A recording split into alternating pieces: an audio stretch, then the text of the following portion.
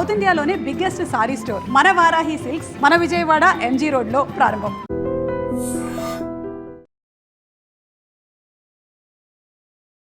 నమస్కారం, welcome to I dream. ధర్మ మార్గం విత్ విజిత కార్యక్రమానికి స్వాగతం.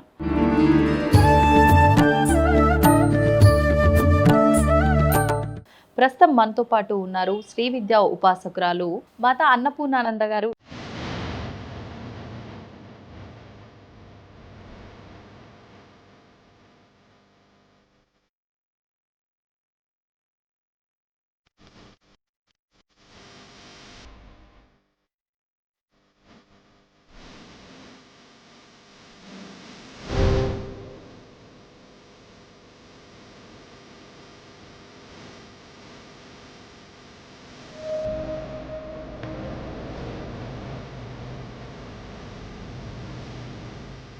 ఇప్పుడు అమ్మతో మాట్లాడి మరిన్ని విషయాలు వివరంగా తెలుసుకుందాం. అమ్మ నమస్కారం. శుభం. అమ్మ, నేను మీ గురించి విన్నంత వరకు కూడా ఎంతసేపు మన ధర్మాన్ని ముందుకు తీసుకెళ్ళాలి, మనం ఏదున్నా సేవ రూపంలో భగవంతుడికి మనం ఒక కృతజ్ఞత తెలుపుకోవాలి అనే విషయాలే ఎక్కువగా తెలియజేస్తున్నాయి. ఎక్కువగా అంటే మనం ఏ ఆలయంలో చూసినా, ఏ దైవ కార్యక్రమంలో చూసినా ఎక్కువగా ముందంజలో ఉండి కార్యక్రమాలు జరిపించేదంతా కూడా మగవారు ఎక్కువగా చేస్తూ ఉంటారు. పౌరోహిత్యం దగ్గర నుంచి, పూజల దగ్గర నుంచి. ఆడవారు ఏమున్నా వాళ్ళకు సపోర్ట్గా ఉంటూ ఉంటారు అని చెప్పి అనిపిస్తూ ఉంటుంది. కానీ మీ గురించి విన్నంత వరకు ప్రతి దాంట్లో మీరే ముందుగా ఉండి అన్ని కార్యక్రమాలు జరిపిస్తూ ఆఖరికి ఒక ఆలయాన్ని నిర్మించి ఆలయంలో లలితా పరమేశ్వరి అమ్మవారి విగ్రహ ప్రతిష్టాపన చేసి అమ్మవారి సేవలో మీరు నిమగ్నమైపోయి ఉంటున్నారు. అసలు ఇదంతా ఎందుకు చేయాలనిపించింది, ఎక్కడ మొదలైంది ఈ ప్రస్థానం అంతా కూడా, వాటి గురించి తెలియజేయండి అమ్మా. అంటే మా పూర్వీకులంతా లలిత అమ్మవారిని కొలిచిన వాళ్ళే. ప్రతి తరంలో పిల్లలు లేకుండా పోయినారు. 6 తరాలు పిల్లలు లేరు. మా నాన్నగారిని 6వ తరం పెంచుకున్నారు. ప్రతి తరంలో పిల్లలు లేకపోతే వాళ్ళు చూసి చూసి చూసి ఎవరో ఒకరిని పెంచుకోవటం, దత్తు చేసుకోవటం, అమ్మవారిని ప్రతిష్ట చేయటం, అట్లా 7-8 తరాల నుంచి వస్తుంది. 6వ తరం మా నాన్నగారు లలిత అమ్మవారిని మా ఊరు ఒలివేరని, తెనాలి దగ్గర ఒలివేరు. తెనాలి అమ్మ మీది? తెనాలి. ఓకే. ఆ ఒలివేరులో ప్రతిష్ట చేశారు లలిత అమ్మవారిని. అది కూడా ఎట్లా, అక్కడ వరసని 5 ఊళ్ళు, ఒక పెద్ద గాలివాన వస్తే 5 ఊళ్ళల్లోకి 5 శివలింగాలు కొట్టుకొచ్చి అక్కడ వెలిసినాయి. ఇప్పుడు స్వయంభూలింగం మొన్ననే వెళ్ళొచ్చాం మా వాళ్ళందరం. అవునా? అయితే ఆ ప్రతిష్ట చేసిన తర్వాత మా తాతగారిని పెంచుకున్నారు, మళ్ళీ మా నాన్నగారిని పెంచుకున్నారు. నాన్నగారిని పెంచుకున్న తాతగారికి కూడా పిల్లలు లేరు. అట్లాగే 6 తరాల నుంచి లేరు. అవును. ఓకే. పెంచుకున్న తర్వాత మేము 11 మంది పుట్టాం. మీ నాన్నగారికి 11 మంది సంతానం. మగవారా ఆడవారమ్మా? 4 మగ పిల్లలు, 7 ఆడపిల్లలు. 7 ఆడపిల్లల్లో నేను 2వ దాన్ని. ఓకే.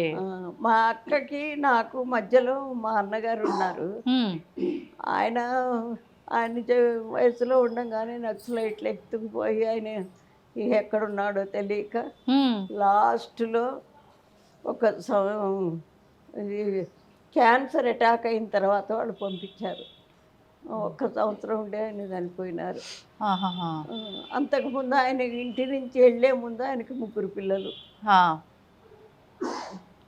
ఆయన పెద్ద ఆవిడ మా అక్కగారు. మా వంశం అందరిలోకి ఇప్పుడు 6 తరాలు కదా. 7వ తరంలో ఆవిడ పెద్ద ఆవిడ మా వంశం మొత్తంలో.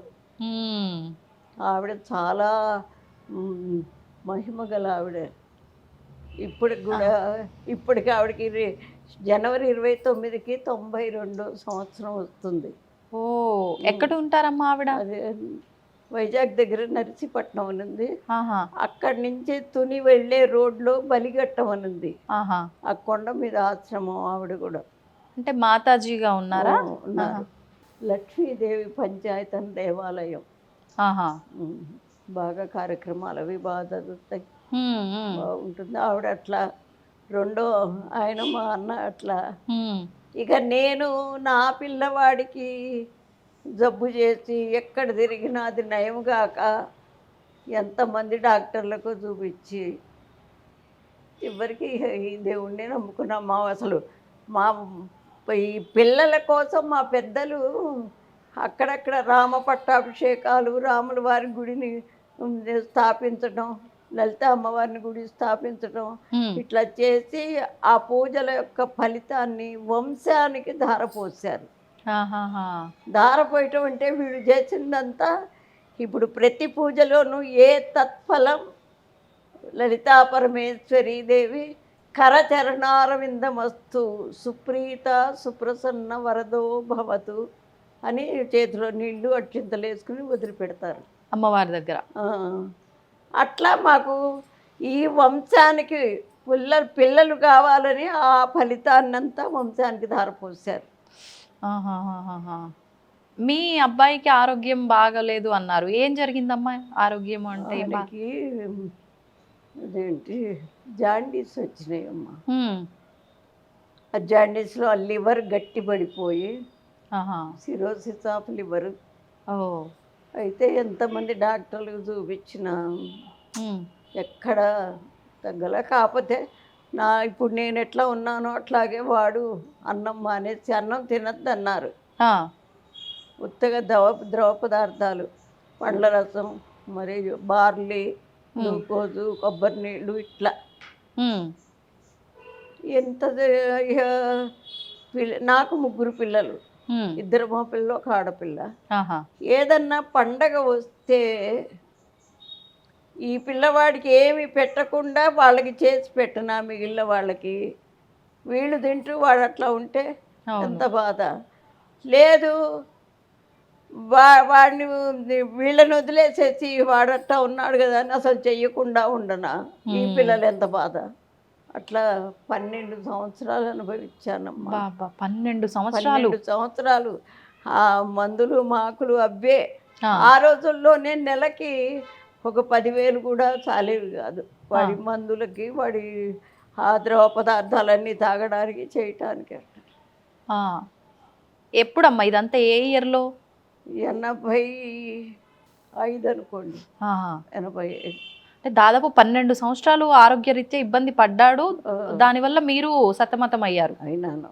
ఉన్నవన్నీ అమ్ముకున్నాం, అర్చుకున్నాం, అన్నీ అయిపోయినాయి. వెండి బంగారం, ఇళ్ళు వాకిళ్ళు పొలాలు అన్నీ. అప్పుడు అమ్మవారిని గట్టిగా నిలదీసి అడిగారు. ఇట్లా ఉన్నా నేను పూజలు బాగా చేసుకునేదాన్ని. మా ఇంట్లో అందరూ అంతే. అంటే మరి మా పెద్దలు ధారపోసారు కదా పుణ్యం అంతా. అవును. అయితే అమ్మాయి ఎన్నాళ్ళు ఇంకా ఇట్లా శక్తి పోతుంది, డబ్బు లేదు, మరి ఎట్లా ఇది ఏదన్నా ఒక పరిష్కారం చెయ్యి, ఉంచుతావా నలుగురిలో తిరిగేట్టు, ఆరోగ్యం బాగుండేట్టు చెయ్యి, లేదంటావా తీసుకెళ్ళిపో అని గట్టిగా అన్న నీళ్ళు మానేసి ఒక తపస్సులాగా చేసుకున్నాం. ఆవిడ కల్లో ఒకసారి ఒక ముత్తైదులాగా కనిపించి కోటి కుంకుమార్చన చేయమని. ఏం చెప్పారు? కోటి కుంకుమార్చన. అమ్మవారికి లలిత సహస్రనామం కోటి కుంకుమార్చన అంటే 1,000 సార్లు చదవాలి అని చెప్పింది. అంటే అప్పటిదాకా మేము ఇళ్లల్లో ఏదో చేసుకోవటమే కానీ బయటికి వెళ్ళిన వాళ్ళం కాదు. ఆ రోజుల్లో అసలు ఆడవాళ్ళు బయటికి ఎవరు వస్తారు? అవును. ఇక అది చేశాను. చేసిన తర్వాత లాస్ట్ డే రోజు మామూలుగా అంటే అన్నీ మిరాకిల్స్ అనమాట. ఆ కోటి కుంకుమార్చన చేయాలంటే ఆడవాళ్ళు వచ్చి చదవాలి. అవును. అక్కడే మేము ఉన్న చోటే పక్కనే ఒక ఆంజనేయ స్వామి గుడి ఉంటే ఆ గుడిలో పెట్టి. ఎక్కడమ్మా అప్పుడు ఎక్కడున్నారు? తెనాలి నందులపేటని అక్కడ ఉన్నాము. ఆ పక్కనే ఉంది ఆంజనేయ స్వామి గుడి. మొదలు పెట్టా కార్తీక మాసంలో. అంటే కార్తీక మాసం అంతే అంతా ఉపవాసాలు ఉంటారు కదా, తప్పనిసరిగా చదువుతారని. ఉంటే 10 రోజులైంది. మహా అయితే మొత్తం మీద 10 రోజుల్లో 15 మంది వచ్చారు, 20 మంది వచ్చారు. ఆహా. అప్పుడు ఇప్పుడు అంటే మానవులం కదండి, ఎంత పూజ చేసినా ఎంత ఉన్నా మన ఇది మనకు ఉంటుంది. ఆ లక్షణం మానవ లక్షణం. ఉమ్. ఇక అయ్యో ఇంత సంకల్పం చేశాను ఎవ్వరు రావట్లేదు, 40 రోజులే పెట్టుకున్నాను. ఆహా, మీరు సమయం పెట్టుకున్నారు సంకల్పంగా 40 రోజులని. ఆ, ఓకే. అప్పుడు పుష్పగిరి స్వామి పెద్ద స్వామి వారు వచ్చి అక్కడ ఉన్నారు. ఆహా. అక్కడికి వెళ్ళాను. ఆ. స్వామి ఇట్లా జరిగింది ఇది సంగతి అంటే, ఏంటి ఇది చెప్పింది ఎవరే, ఆవిడ కదా, ఉమ్. ఆవిడే చూసుకుంటుంది, స్వామి ఏమి లేదు బలాని రోజున ఇట్లాగే అన్నారు. బలాని రోజున పొద్దున పుట్ట శనివారం నాడు నేను వస్తున్నా, లలితా సహస్రనామ వివరణ చెప్తాను, ఇట్లాగే అన్నారండి. అప్పటికి నేను జాబ్ చేస్తున్నా. ఆహా. ఒక శుద్ధ ముక్క కొనుక్కుని ఉమ్. మీ ఏంటి ఆ తెనాల్లో మీ ప్రాంతంలో ఎన్ని గుళ్ళు ఉన్నాయో వెళ్ళి అన్ని చోట్ల బోర్డు మీద నువ్వే రాయాలి. ఏమనమ్మా? ఏమని, బలాని శనివారం రోజు ఇన్ని గంటలకి స్వామీజీ వస్తున్నారు, వారు లలితా సహస్రనామ వివరణ చెప్తున్నారు కాబట్టి అందరు భక్తులందరూ రావాల్సింది. రాసి వచ్చారు. అంటే అప్పుడు లెక్చర్ చేస్తున్నానమ్మా. లెక్చరర్గా చేస్తున్నారు మీరు. ఆహా. అది బోర్డు అంటే ఎత్తుగా ఉంటుంది, నేను పొట్టి మనిషిని, నన్నే రాయమన్నారు ఆయన. 9 గంటలు అయిన తర్వాత అప్పుడు వెళ్ళి ఆ వాచ్మెన్ని బతిలాడి నేనే స్టూల్ ఎక్కి నేనే రాసుకున్నా. అట్లాగే ఆ రోజు వచ్చారు, రానే వచ్చింది, ఆయన వచ్చారు. పొద్దున 8 గంటలకు వచ్చారు. జనం బాగా వచ్చారు. స్వామివారు వచ్చినప్పటికీ మీరు సంకల్పంలో చెప్పుకున్న 40 రోజుల్లో ఎన్నో రోజుకి వచ్చారమ్మా మీరు? నేను 15వ రోజు. 15వ రోజు వచ్చాను. ఇక సరే ఆయన అన్నీ చెప్పారు. లలితా సహస్రం చదవడం అంటే ఆడవాళ్ళకి భగవంతుడు చాలా అవకాశాలు ఇచ్చాడు. ఏమి తినందే చదవకూడదు అనేది లేదు. అసలు శాస్త్రాల్లో భగవంతుడు ఎక్కడ లేడు, మీ మనస్సులోనే ఉన్నాడు. కాబట్టి ఆయన్ని ముందు తృప్తిపరచాలి. మీరు వేళటికి శుభ్రంగా స్నానం చేసుకుని అంతో ఇంతో టిఫిన్ తినేసి రండి, చెయ్యొచ్చు. ఇది లోక కళ్యాణం కోసం మొదలుపెట్టింది. ఆయన చెప్పారు ఆ మాట అని చెప్పారు. ఆ రోజు నుంచి ప్రతిరోజు మధ్యాహ్నం 3 అయ్యేది పూజ అవ్వటానికి, అంత జనం. ఓహో. ఆ రోజు నుంచి అన్నట్టుగానే కరెక్ట్గా 40 రోజుల్లో అయిపోయింది. దాదాపు ఎంత సంఖ్యలో వచ్చేవారమ్మా? కనీసం 100 మంది అట్లా వచ్చేవాళ్ళు. ముందు 10 మంది 15 మంది కాస్త చూడండి. కరెక్ట్గా 40 రోజులకి అయిపోయింది. కోటి అయిపోయింది. అంటే నేను చేశాను అని నేను అన్ను. ఆవిడ ఎంత మిరాకిల్స్ చూపించిందంటే అమ్మవారు, వంట వాళ్ళని పిలిచాం. ఆఖరి రోజు హోమం ఉంటుంది అన్నదానానికి. వాళ్ళు కూతురు, అల్లుడు, కొడుకు, కోడలు, ఆవిడే 5గురు. వాళ్ళ 5గురు 4000 మందికి కావాల్సిన సరుకంతా వాళ్ళే పట్టుకొచ్చారండి. వాళ్ళని వీళ్ళని అడిగి ఆవిడ అన్నం తినకుండా, మరి ఏంటి ఇప్పటిదాకా బ్రాహ్మలు ఎవరు ఏంటి ఆడవాళ్ళు ఇట్లా చేసిన వాళ్ళు లేరు, ఆవిడ చేస్తోంది కాబట్టి మీరు ఎంతో కొంత సాయం చేయండి అని వాళ్ళు తీసుకొచ్చారండి. అయిపోయింది ఆ రోజు. బాగా చాలా బ్రహ్మాండంగా అయింది.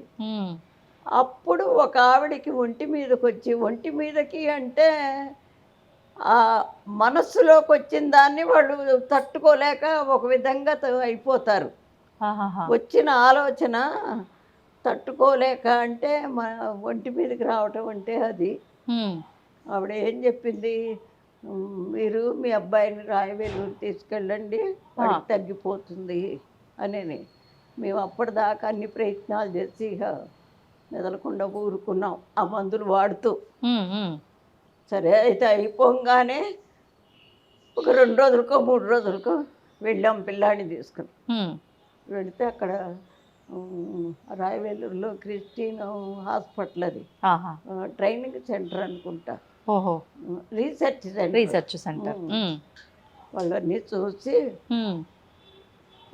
40 రోజులు టెస్ట్ చేశారండి వాళ్ళు. రోజు ఒకటి రోజు ఒకటి రోజు ఒకటి టెస్ట్లకే 40 రోజులు. టెస్టులకే 40 రోజులు అసలు పట్టింది. ఏంటి అనేది? ఆ, అప్పుడు వాడు తేల్చింది ఏమిటంటే లివరు గట్టిపడ్డ మాట వాస్తవమే. ఎందుకు గట్టిపడ్డది అంటే రక్త ప్రసరణ దానికి లేదుట. అంటే 4 వెయిన్స్ మూసుకుపోయినాయట. లివర్ నుంచి హార్ట్కి వచ్చే వెయిన్స్ ఓహోహోహో. ఆపరేషన్ చేశారు. 40 రోజుల తర్వాత చేశారు. సక్సెస్ అయింది అది. ఒక అక్కడ ఒక ఫెసిలిటీ ఏమిటంటే అప్పుడు కాదు ఇప్పుడైనా ఎవరు వెళ్ళినా ముందు మనం డబ్బులు తీసుకెళ్ళక్కర్లా, ఏదో కొంత తీసుకుని వెళితే వాళ్ళు మనం అక్కడ ఉన్న వాళ్ళు మనకి అన్నీ వాళ్ళే వాడతారు, భోజనం వాళ్ళే పెడతారు. ఎంతమంది ఉన్నా, ఎంతమంది కాదు, పేషెంట్ ఆ పేషెంట్తో ఉన్న వాళ్ళకి. ఆహాహా. అయితే చివరికి వెళ్ళేప్పుడు బిల్లు కట్టాలి. ఓ, ఈ లోపల మనం చేసే ప్రయత్నాలు ప్రయత్నాలు చేసుకోవచ్చు. అవును. అట్లా సరే చేసాం, బాగానే ఉంది.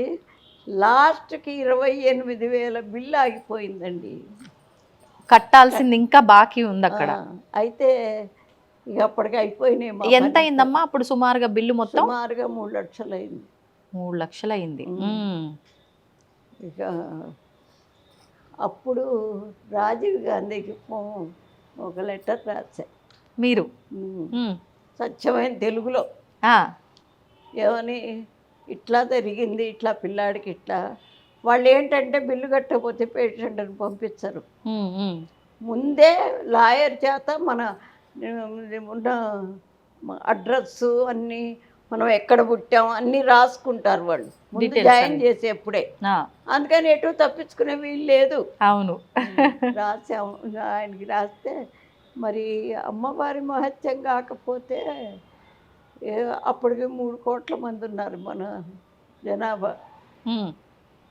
ఈ 3 కోట్ల మందిలో నేను ఏ విధం అండి, ఎక్కడ అసలు నా ఉనికి ఎక్కడ? మరి అది ఆయన దాకా పోయింది అంటే అది ఎంత మిరాకిల్ అండి.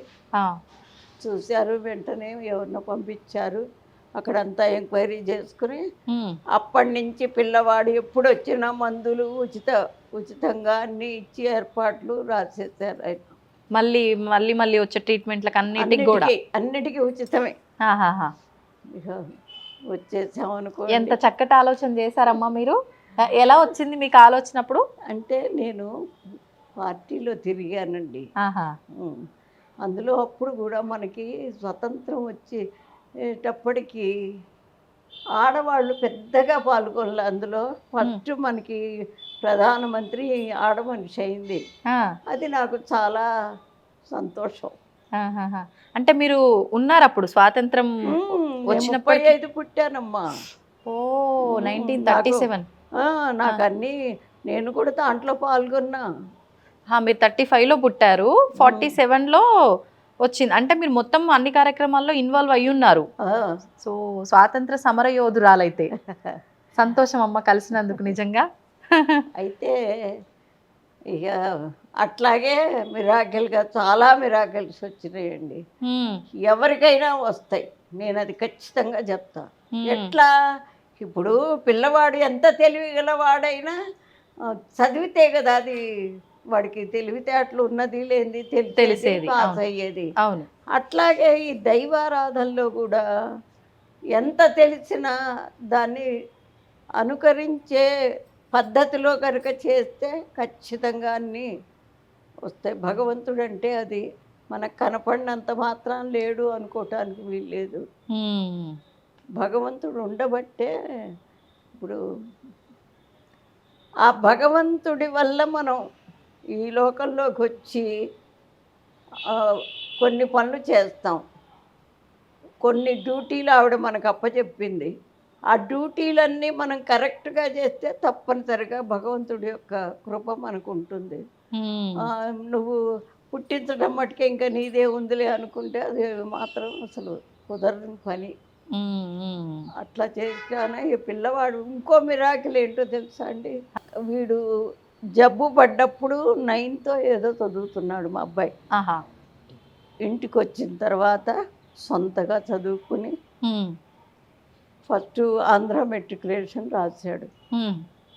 అది అక్కడ యూనివర్సిటీ ఫస్ట్ సెకండ్ వచ్చాడు. తర్వాత ఇంటర్మీడియట్ చేర్పించాం. చేర్పిస్తే జిల్లా ఫస్ట్ వచ్చాడు ఇంటర్మీడియట్లో. తర్వాత బిఎస్సి మ్యాథ్స్తో కాలేజ్ ఫస్ట్ వచ్చాడు. ఊరికే అన్నీ వచ్చాడు, అన్నీ చదువుతున్నాడు, బాగానే ఉంది. మరి వచ్చిన తర్వాత ఊరికే ఉండటం ఎందుకని మన ఎంసెట్ రాశాడు. రాస్తే 74 ర్యాంక్ వచ్చింది. వచ్చేసి తనకి మొదటి నుంచి బొమ్మలు వేయటం చాలా ఇది, అందుకని బీఆర్క్లో చేరాడు, ఆర్కిటెక్చర్. ఓకే. ఈ ఇళ్ళు అవన్నీ ప్లానింగ్ అంతా, అది కూడా మంచిగా పాస్ అయినాడు. తర్వాత పెళ్ళయింది. ఆపరేషన్ చేసినప్పుడు వాళ్ళు 8 ఏళ్ళు టైం ఇచ్చారు. ఎందుకమ్మా? ఎందుకంటే లోపల స్టంట్లు వేశారు. అవి మరి ఏమో అప్పటికి మళ్ళా ఏమవుతుందో ఇబ్బంది వస్తుందేమో అని నికరంగా వాళ్ళు మనకి గట్టి ఇది గ్యారెంటీ చెప్పలే. అట్లాంటిదే 30 ఏళ్ళు బతికాడమ్మా. 30 ఏళ్ళు బతికాడు, పెళ్లి చేసుకున్నాడు, 2 ఆడపిల్లలు. తర్వాత వెళ్ళిపోయినాడు ఆయన. అయ్యో. అట్లా అమ్మవారు మనస్ఫూర్తిగా చేస్తే మిరాకిల్స్ చాలా ఉంటాయి. అప్పుడు కాదు ఇప్పుడైనా అంతే. ఇప్పుడు ఇదే సేమ్ చూడండి, ఎన్నో ఏళ్ళ నుంచి చేస్తున్నాను పూజలు. అబ్బో కాశీలో కూడా చేసి వచ్చా, కోటి కుంకుమార్చన. కాశీలో చేయటం అంటే మరి కూర్చుని చేసే వాళ్ళు ఉండాలిగా. అవును. అంత సొంత నా డబ్బు పెట్టుకుని 50 మందిని తీసుకుని వెళ్ళి, ఇక్కడ నుంచి తీసుకెళ్లారా? తెనాలి నుంచి తీసుకెళ్లారు. తీసుకుని వెళ్ళి అక్కడ కూడా ఒక పెద్ద ఆంధ్రాశ్రమం అని ఉంది. అక్కడ శుభ్రంగా వాళ్ళు పెద్ద హాల్ ఒకటి ఇస్తారు. 13 గదులు తీసుకున్నా అందరికి. అది అన్ని హోమాలు చేసి అక్కడ చాలా ఇది చేసాము. అవన్నీ మరి భగవంతు అంటే ఎప్పుడైతే మానవుడు ఊరికే కిరికిరి అభిప్రాయాలు ఎప్పుడు వస్తాయో ఏ పని కాదు, శంక ఉండొద్దు. అప్పటికప్పుడు శంక లేకుండా ఉన్న పని అయినా తర్వాత అది ట్రబుల్ వస్తుంది తప్పనిసరిగా. ఇప్పుడు ఏ కిరికిరి చేసుకున్నా అమ్మవారిని తలుచుకున్నా అప్పటికి మంచిగా రావచ్చు, సక్సెస్ అవ్వచ్చు. కానీ ఒకప్పటికి అది తప్పనిసరిగా ఇదైపోతుంది. ఇప్పుడు మీ అబ్బాయి వాళ్ళ పిల్లలు, మీ కోడలు ఎక్కడున్నారమ్మా? మీతోనే ఉంటున్నారా? లేదు, అక్కడ బడంగపేటని, బడంగపేటలో ఇల్లు కట్టుకున్నాడు. ఒక మనవరాలు ఇప్పుడు నా దగ్గరే ఉంది. ఎందుకంటే తను ఎంఎస్సీ అనుకుంటా చేస్తోంది, ఇక్కడెక్కడో చేస్తోంది. ఇక్కడ దగ్గర అని నా దగ్గరే ఉంది. పెద్ద అమ్మాయి కూడా బీఆర్కు మా నాన్న చేసిందే నేను చేస్తానని చదివి తను కూడా అక్కడ మన చిలుకూరు పోయే దోవలో ఒక ఏదో కాలేజీ ఉంది, కాలేజీ ఫస్ట్ వచ్చింది తను. తనకి మొన్న మార్చిలో పెళ్లి చేసాం. పెళ్ళయింది, బాగానే ఉన్నారు వాళ్ళు. అందుకని భగవంతుణ్ణి నమ్మని వాడికి అప్పటికప్పుడు బాగున్నా తర్వాత ఇది తెలుస్తుంది. ఇప్పుడు మన పెద్దలు ఉన్నారండి, మీ ముత్తమ్మ గారిని మీరేమన్నా చూసారా? చూడలా. ఎవరో మీ అమ్మ చెప్పిందో, మీ నాన్నగారు ఎవరో చెప్పారు మా అమ్మగారు ఇట్లా ఉంటారు అట్లా అని ఓ ఫోటో చూపిస్తారు. నమ్ముతామా నమ్మమా? నమ్ముతాం. అట్లాగే భగవంతుడు కూడా ఫోటోలు పెట్టుకునేది ఎందుకు? వాళ్ళు ఇలా ఉంటారు, ఈ గొప్ప పనులు చేశారు అనేది చెప్తుంటే ఖచ్చితంగా నమ్మటము అంటే ఏదో పూజలు చెయ్యాలి అది ఇది అని కాదు. మనల్ని సృష్టించిన తల్లి అక్కడ ఉన్నది అనేది ఒక మనస్ఫూర్తిగా నమ్మితే ఖచ్చితంగా వాళ్ళకి ఏ ఇబ్బందులు ఉండవు. ఓకే. ఇప్పుడు మీరు అంటే అమ్మవారి దగ్గర మీరు ఫైట్ చేయడము, మీ బాధని చెప్పుకోవడం వల్ల అమ్మవారు మీకు ఆ కోటి కుంకుమార్చన, లలిత సహస్రనామార్చన చేయమనటము, మీరు అదంతా చక్కగా ఆచరించడము, తర్వాత ఇదంతా చాలా చక్కగా జరిగింది. కొన్ని మిరాకిల్స్ కూడా జరిగాయి. తర్వాత మీరు ఈ ఆలయం కట్టించాలని కానివ్వండి, మళ్ళీ హైదరాబాద్కు రావటము, ఇవన్నీ ఎలా జరిగాయమ్మా? అప్పుడు పిల్లవాడు ఎప్పుడైతే అమ్మా నువ్వు వాడిని సవ్యంగా ఉంచి అందరిలో తిరిగేట్టు చేస్తే సరి, అట్లా కనుక జరిగితే నా జీవితం మిమ్మల్ని ప్రతిష్ట చేసి నా జీవితం మీ సేవలో గడుపుకుంటాను అని ఒట్టు పెట్టాను. అప్పట్లోనే అప్పుడే పెట్టాను. ఆ, ఆ. సరే ఆవిడ చేయాల్సిందంతా చేసిందంతా బాగానే ఉంది. మరి మాట అన్నందుకు అందులో భగవంతుడి దగ్గర మాట. భగవంతుడి దగ్గర. అవును. అందుకని ఇక్కడికి ఎట్లా వచ్చామంటే ఈ పిల్లలందరూ చదువులు అయిపోయినాయి, అమ్మాయికి పెళ్లి చేసాము, చిన్న అబ్బాయికి కూడా పెళ్ళి అయిపోయింది, వాడు ఉద్యోగం ఇక్కడే, పెద్ద అబ్బాయి కూడా ఇక్కడే ఉద్యోగం. ఇక అందువల్ల మేము ఇక్కడికి రావాల్సి వచ్చింది. వచ్చినా నేను ఈ మాట అన్నా కదా, అవును, అందుకని అది మనసులో ఉంటూనే ఉంది. మరి ఇంత సిటీలో మనకి గుడి కట్టుకోవటానికి స్థలం ఎట్లా కొనుక్కోవాలి, కొనుక్కోవాలంటే ఏ మూలకో వెళ్ళాలి. సెంటర్లో కనుక కడితే కట్టినందుకు నా కోరిక తీరుతుంది, తర్వాత భక్తులకి వాళ్ళకు ఒక దోవ ఏర్పాటు చేసి నేను ఏ పని చేసినా నా స్వార్థం నా ఇది చూసుకోనండి, ఫర్దర్ వాళ్ళకి ఒక ఉపయోగకరము అవును అని అట్లా అనుకుని. ఏ సంవత్సరంలో వచ్చారమ్మా హైదరాబాద్కి? 96లో. 96లో వచ్చారు. అట్లా చేసుకుని నెమ్మదిగా ఇది ఏం ఒక రోజు 2 రోజులుగా 25 ఏళ్ళు అయింది. 25 ఏళ్ల నుంచి ఏదో ఒకటి కడుతూనే ఇప్పటికైనా ఇంకా ఉన్నాయి. మొన్ననే ఇప్పుడు విగ్రహాలు అవి వేయించి ఆర్చీలు కట్టించి ఆర్చిలో. ఇప్పుడు ఇక్కడ కట్టి ఇది 25 years అవుతుందా అమ్మా? మీరు హైదరాబాద్ రాగానే ఇప్పుడున్న ప్లేస్కే వచ్చారా ఎట్లా? ఇప్పుడు అబ్బాయి వాళ్ళు ఇక్కడ ఉండేవాళ్ళు, సంగీత నగర్ అని అక్కడ ఉంటున్నాము.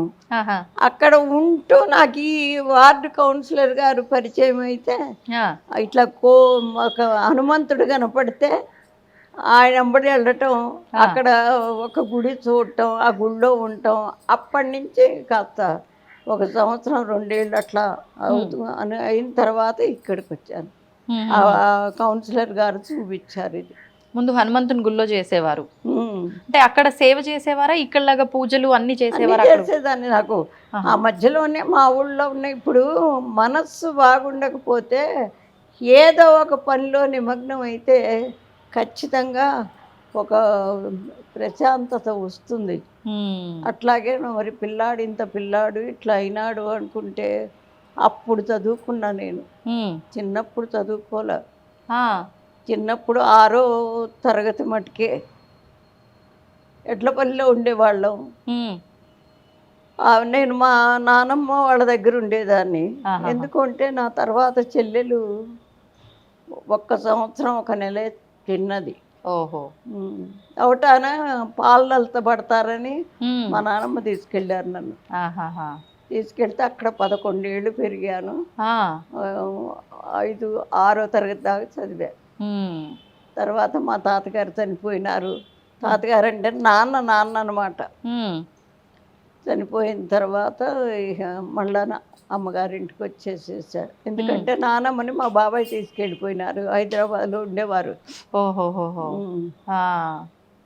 ఇక ఆవిడని తీసుకెళ్ళిన తర్వాత ఇంటికి వెళ్ళాను.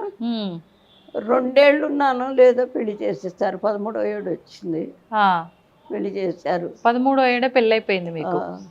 14 వచ్చేసరికి మా అబ్బాయి పుట్టాడు, పెద్ద అబ్బాయి. ఈ అబ్బాయి ఇప్పుడు మీరు ఆరోగ్యం బాగోలేదని చెప్పిన అతను 14వ ఏటే. 15, 16 లేదు ఇంకొక అమ్మాయి, 17, 18 లేదు ఒక అమ్మాయి, 21 వచ్చేసరికి ఇప్పుడున్న అబ్బాయి పుట్టేసి ఇక అంత మటుకు అయ్యి ఇక వాళ్ళని చూసుకుంటూ ఇంట్లో పూజ చేసుకుంటూ ఇంకా నెమ్మదిగా హిందీ చదవటం మొదలుపెట్టి. ఎందుకమ్మా హిందీని ఎందుకు చదవడం? అంటే మరి అప్పటికి ఇంగ్లీష్, అప్పుడు 6th క్లాస్లో అక్షరాలు నేర్పారు మాకు. అప్పుడు అట్లుండేది, ఇంగ్లీష్ ఉండేది కాదు. 5వ తరగతి దాకా అంతా తెలుగు. 6వ తరగతికి వస్తే ఇంగ్లీష్ అక్షరాలే. అంత మటుకి 1 సంవత్సరం వల్ల అవే ABCDలు అంతే. 7వ తరగతికి వస్తే అప్పుడు పదాలు, చిన్న పదాలు. అది చదవటం కష్టమేమో అనుకుని నేను దానిలోకి పోకుండా హిందీ చదివాను. ఆ హిందీ నెమ్మదిగా అది కూడా ఒక మిరాకిల్. ఏంటమ్మా? మా వారికి తెలియకుండా చదివా. ఆ, ఆయనకి ఇష్టం ఉండదు, ఆ, నేను తెలియకుండా చదివా. ఆయన కూరగాయలది కమిషన్ కొట్టు పెట్టుకున్నారు. ఆహా, చీకటితో 5ంటికి వెళ్ళేవారు, మధ్యాహ్నం 2ంటికి వచ్చేవారు. హ్మ్. ఈ లోపల పిల్లల్ని బడికి పంపించడం, నేను ఈ పని చేయటం. ఇంట్లోనే చదువుకునేవారా అమ్మ మీరు? మీరు నేర్చుకోవడానికి బయటికి వెళ్ళేవారా? వెళ్ళేదాన్ని. ఆహాహా, ఆ, సర్వోదయ కేంద్రం అని ఉంది, ఓకే ఓకే, వినోబా భావే గారు పెట్టింది. ఆ, ఆ, దాంట్లో చదువుకుంటూ ఎంత ఒక గంట గంటన్నర. ఆ, 10ంటికి వెళ్ళేదాన్ని, 11:30కి వచ్చేదాన్ని. హ్మ్. వచ్చిన తర్వాత ఆయనకి వంట చేసేదాన్ని. ఆ, ఉమ్. ఓకే. అట్లా ఎప్పుడు చెప్పారమ్మా మళ్ళీ మీ వారికి? నేను ప్రవీణ పాస్ అయినా. ఆ, ప్రవీణ్ అంటే బిఏతో సమానం, హిందీ. ఓహో, ఉమ్. హ్మ్. అయిన తర్వాత ట్రైనింగ్కి వెళ్ళాలని, ఆ, టీచర్ టీచర్ ట్రైనింగ్ కి. అనుకుంటే ఇక అప్పుడు చెప్పడం తప్పలా. ఇట్లా గంట గంటన్నర కాదుగా ట్రైనింగ్ అంటే. అవును అవును, చాలా టైం పడుతుంది, అక్కడే ఉండాలి. 10ంటికి వెళ్ళినా కానీ 2ంటి దాకా ఉండాలి, మళ్ళీ సాయంత్రం వెళ్ళాలి. హ్మ్. అయ్యే చెప్పక తప్పల. ఆ, చెప్పానప్పుడు అప్పుడు ఏంటి వారి రియాక్షన్? వద్దన్నారా? ఆ, మానేశానికి ఏం చేస్తాం. ఆ, అయిన తర్వాత ఏ ట్రైనింగ్ లేకపోయినా ఎంఏ చదివాను హిందీలోనే, సాహిత్య రత్న. ఓ, వారికి తెలుసా మీరు ఇది చదువుతున్నట్టు మళ్ళీ? అది కూడా తెలియదు చెప్పలే. ఆయనకి. ఆ, సాహిత్య రత్న చదివాను. ఆ, కాకపోతే ట్రైనింగ్కి వెళ్ళాలి అనుకుంటే మరి జనరల్ క్వాలిఫికేషన్ కావాలన్నారు.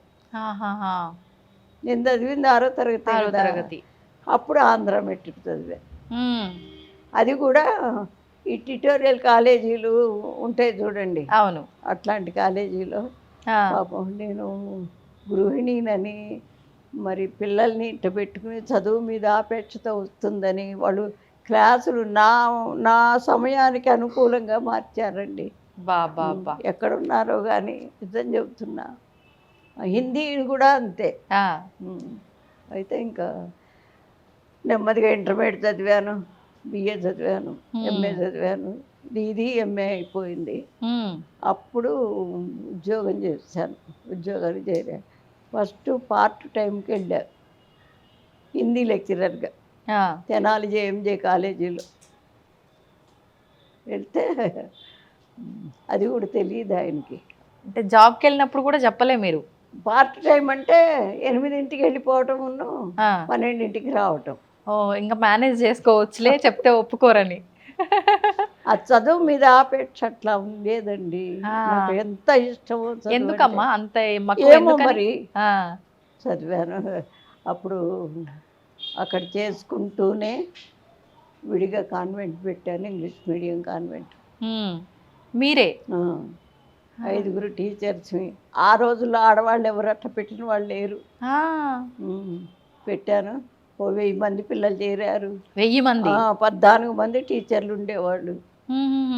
మొదట మొదట ఎంతమంది టీచర్లు, ఎంతమంది పిల్లలతో స్టార్ట్ అయింది? మొదట అంటే ఒక 20 మందితో 20 స్టార్ట్ మందితో. అయింది. ఆ, ఆ, అది ఆడవాళ్ళు ఎవరు చెప్పేవాళ్ళు లేరు అప్పుడు. అవును. అందువల్ల ఆడవాళ్ళు ఆవిడ బాగా చెబుతుంది అని, అది గంగానమ్మపేట తెనాలి, ఆ, దాంట్లో ఇక అది బాగా సాగింది. ఆహాహా, అప్పుడు చెప్పాల్సి వచ్చింది. ఆ, అప్పుడు ఎందుకంటే మరి అంత పెద్ద ఇన్స్టిట్యూట్ నడపటం అంటే కొంచెం కష్టమే కదా. ఆ, ఇటేమో కాలేజీకి వెళ్ళటం, అటు అది చూడటం. అప్పుడు చెప్పాను, ఇంకేం అనలేదు. తర్వాత 12 ఏళ్ళు అట్లా జరిగింది బాగా. ఆ, 77 గాలివాన్ వచ్చింది ఒకటి, హ్మ్. దివిసీమ గాలివాన్. ఆహాహాహా. అప్పుడు ఆ గాలివానకి మేము పెట్టిన స్కూల్ పెట్టిన ఇల్లు పడిపోయింది. అయ్యో. అక్కడి నుంచి ప్లేస్ మార్చాం. ఆ, మార్చిన తర్వాత రిక్షాల గూడు రిక్షాలు అప్పుడు హ్మ్. రిక్షాల్లో కొంతమంది వచ్చేవాళ్ళు, కానీ ఎట్లయినా స్ట్రెంగ్త్ తగ్గింది. దూరంగా ఉండేదా అమ్మ? చాలా దూరంగా. ఆహాహా. అంటే ఇప్పుడంటే అందరూ ఇస్తున్నారు, కానీ అప్పుడు అమ్మో పిల్లలకి ఇస్తే ఇల్లు పాడు చేస్తారు, హ్మ్. అది చేస్తారు, ఇది చేస్తారు అని డబ్బు దొరికేది కాదు. Okay okay. ఆ, అట్లా ఆ, నడిపాను. తర్వాత ఎవరో లేని అన్నదమ్ములు ఇద్దరు చదువుకున్నారు కానీ ఉద్యోగాలు రాలే, వాళ్ళకి ఇచ్చేసారు మీరు నడుపుకోండి అని. ఉద్యోగాలు లేవు వాళ్ళకని మీరు ఇచ్చేసారు నడుపుకోమని. అది కూడా ఎందుకు అంటే మా అమ్మాయికి అప్పటికే నాకు పెళ్ళైనట్టే అమ్మాయికి కూడా 15 ఏట చేసేసా. ఆవిడకి జాండీస్ వచ్చినాయి అమ్మాయికి. అంటే ఫస్ట్ ప్రెగ్నెన్సీ రాగానే జాండీస్ వచ్చినాయి. అప్పుడు డాక్టర్ గారు ఏమన్నారంటే అమ్మ రోజు అబ్జర్వ్ చేయాలి మీరు, ఆవిడ హాస్పిటల్లో చేర్పించండి అని చెప్పారు. Okay okay. చెప్పి ఆ డాక్టర్ గారు ఇప్పుడు ఏదో స్వామి చెప్పినట్టు ఇంట్లో నుంచి బయటికి రాని దాన్ని ఇక నాకు ఎవరు కనపడితే వాళ్ళతో స్నేహం చేయటం, వాళ్ళకి కావాల్సినవన్నీ అమర్చడం, అట్లా అప్పుడు ఆడవాళ్ళ దెబ్బను బయటికి వెళ్ళేవాళ్ళు. అదే అట్లా ఉంటాను. డాక్టర్ గారు కూడా బాగా పరిచయం.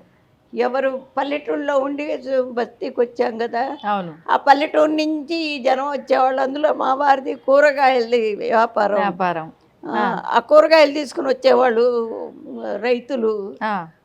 మరి హాస్పిటల్కి వెళ్ళాలి వదినమ్మా అనేవాళ్ళు, వాళ్ళని తీసుకెళ్తే అట్లా డాక్టర్ గారు బాగా పరిచయం అయ్యి బావమరుదులు కూడా వీరయ్య గారు, వీర రాఘవ గారు అని ఆయన చెప్పారు. అమ్మా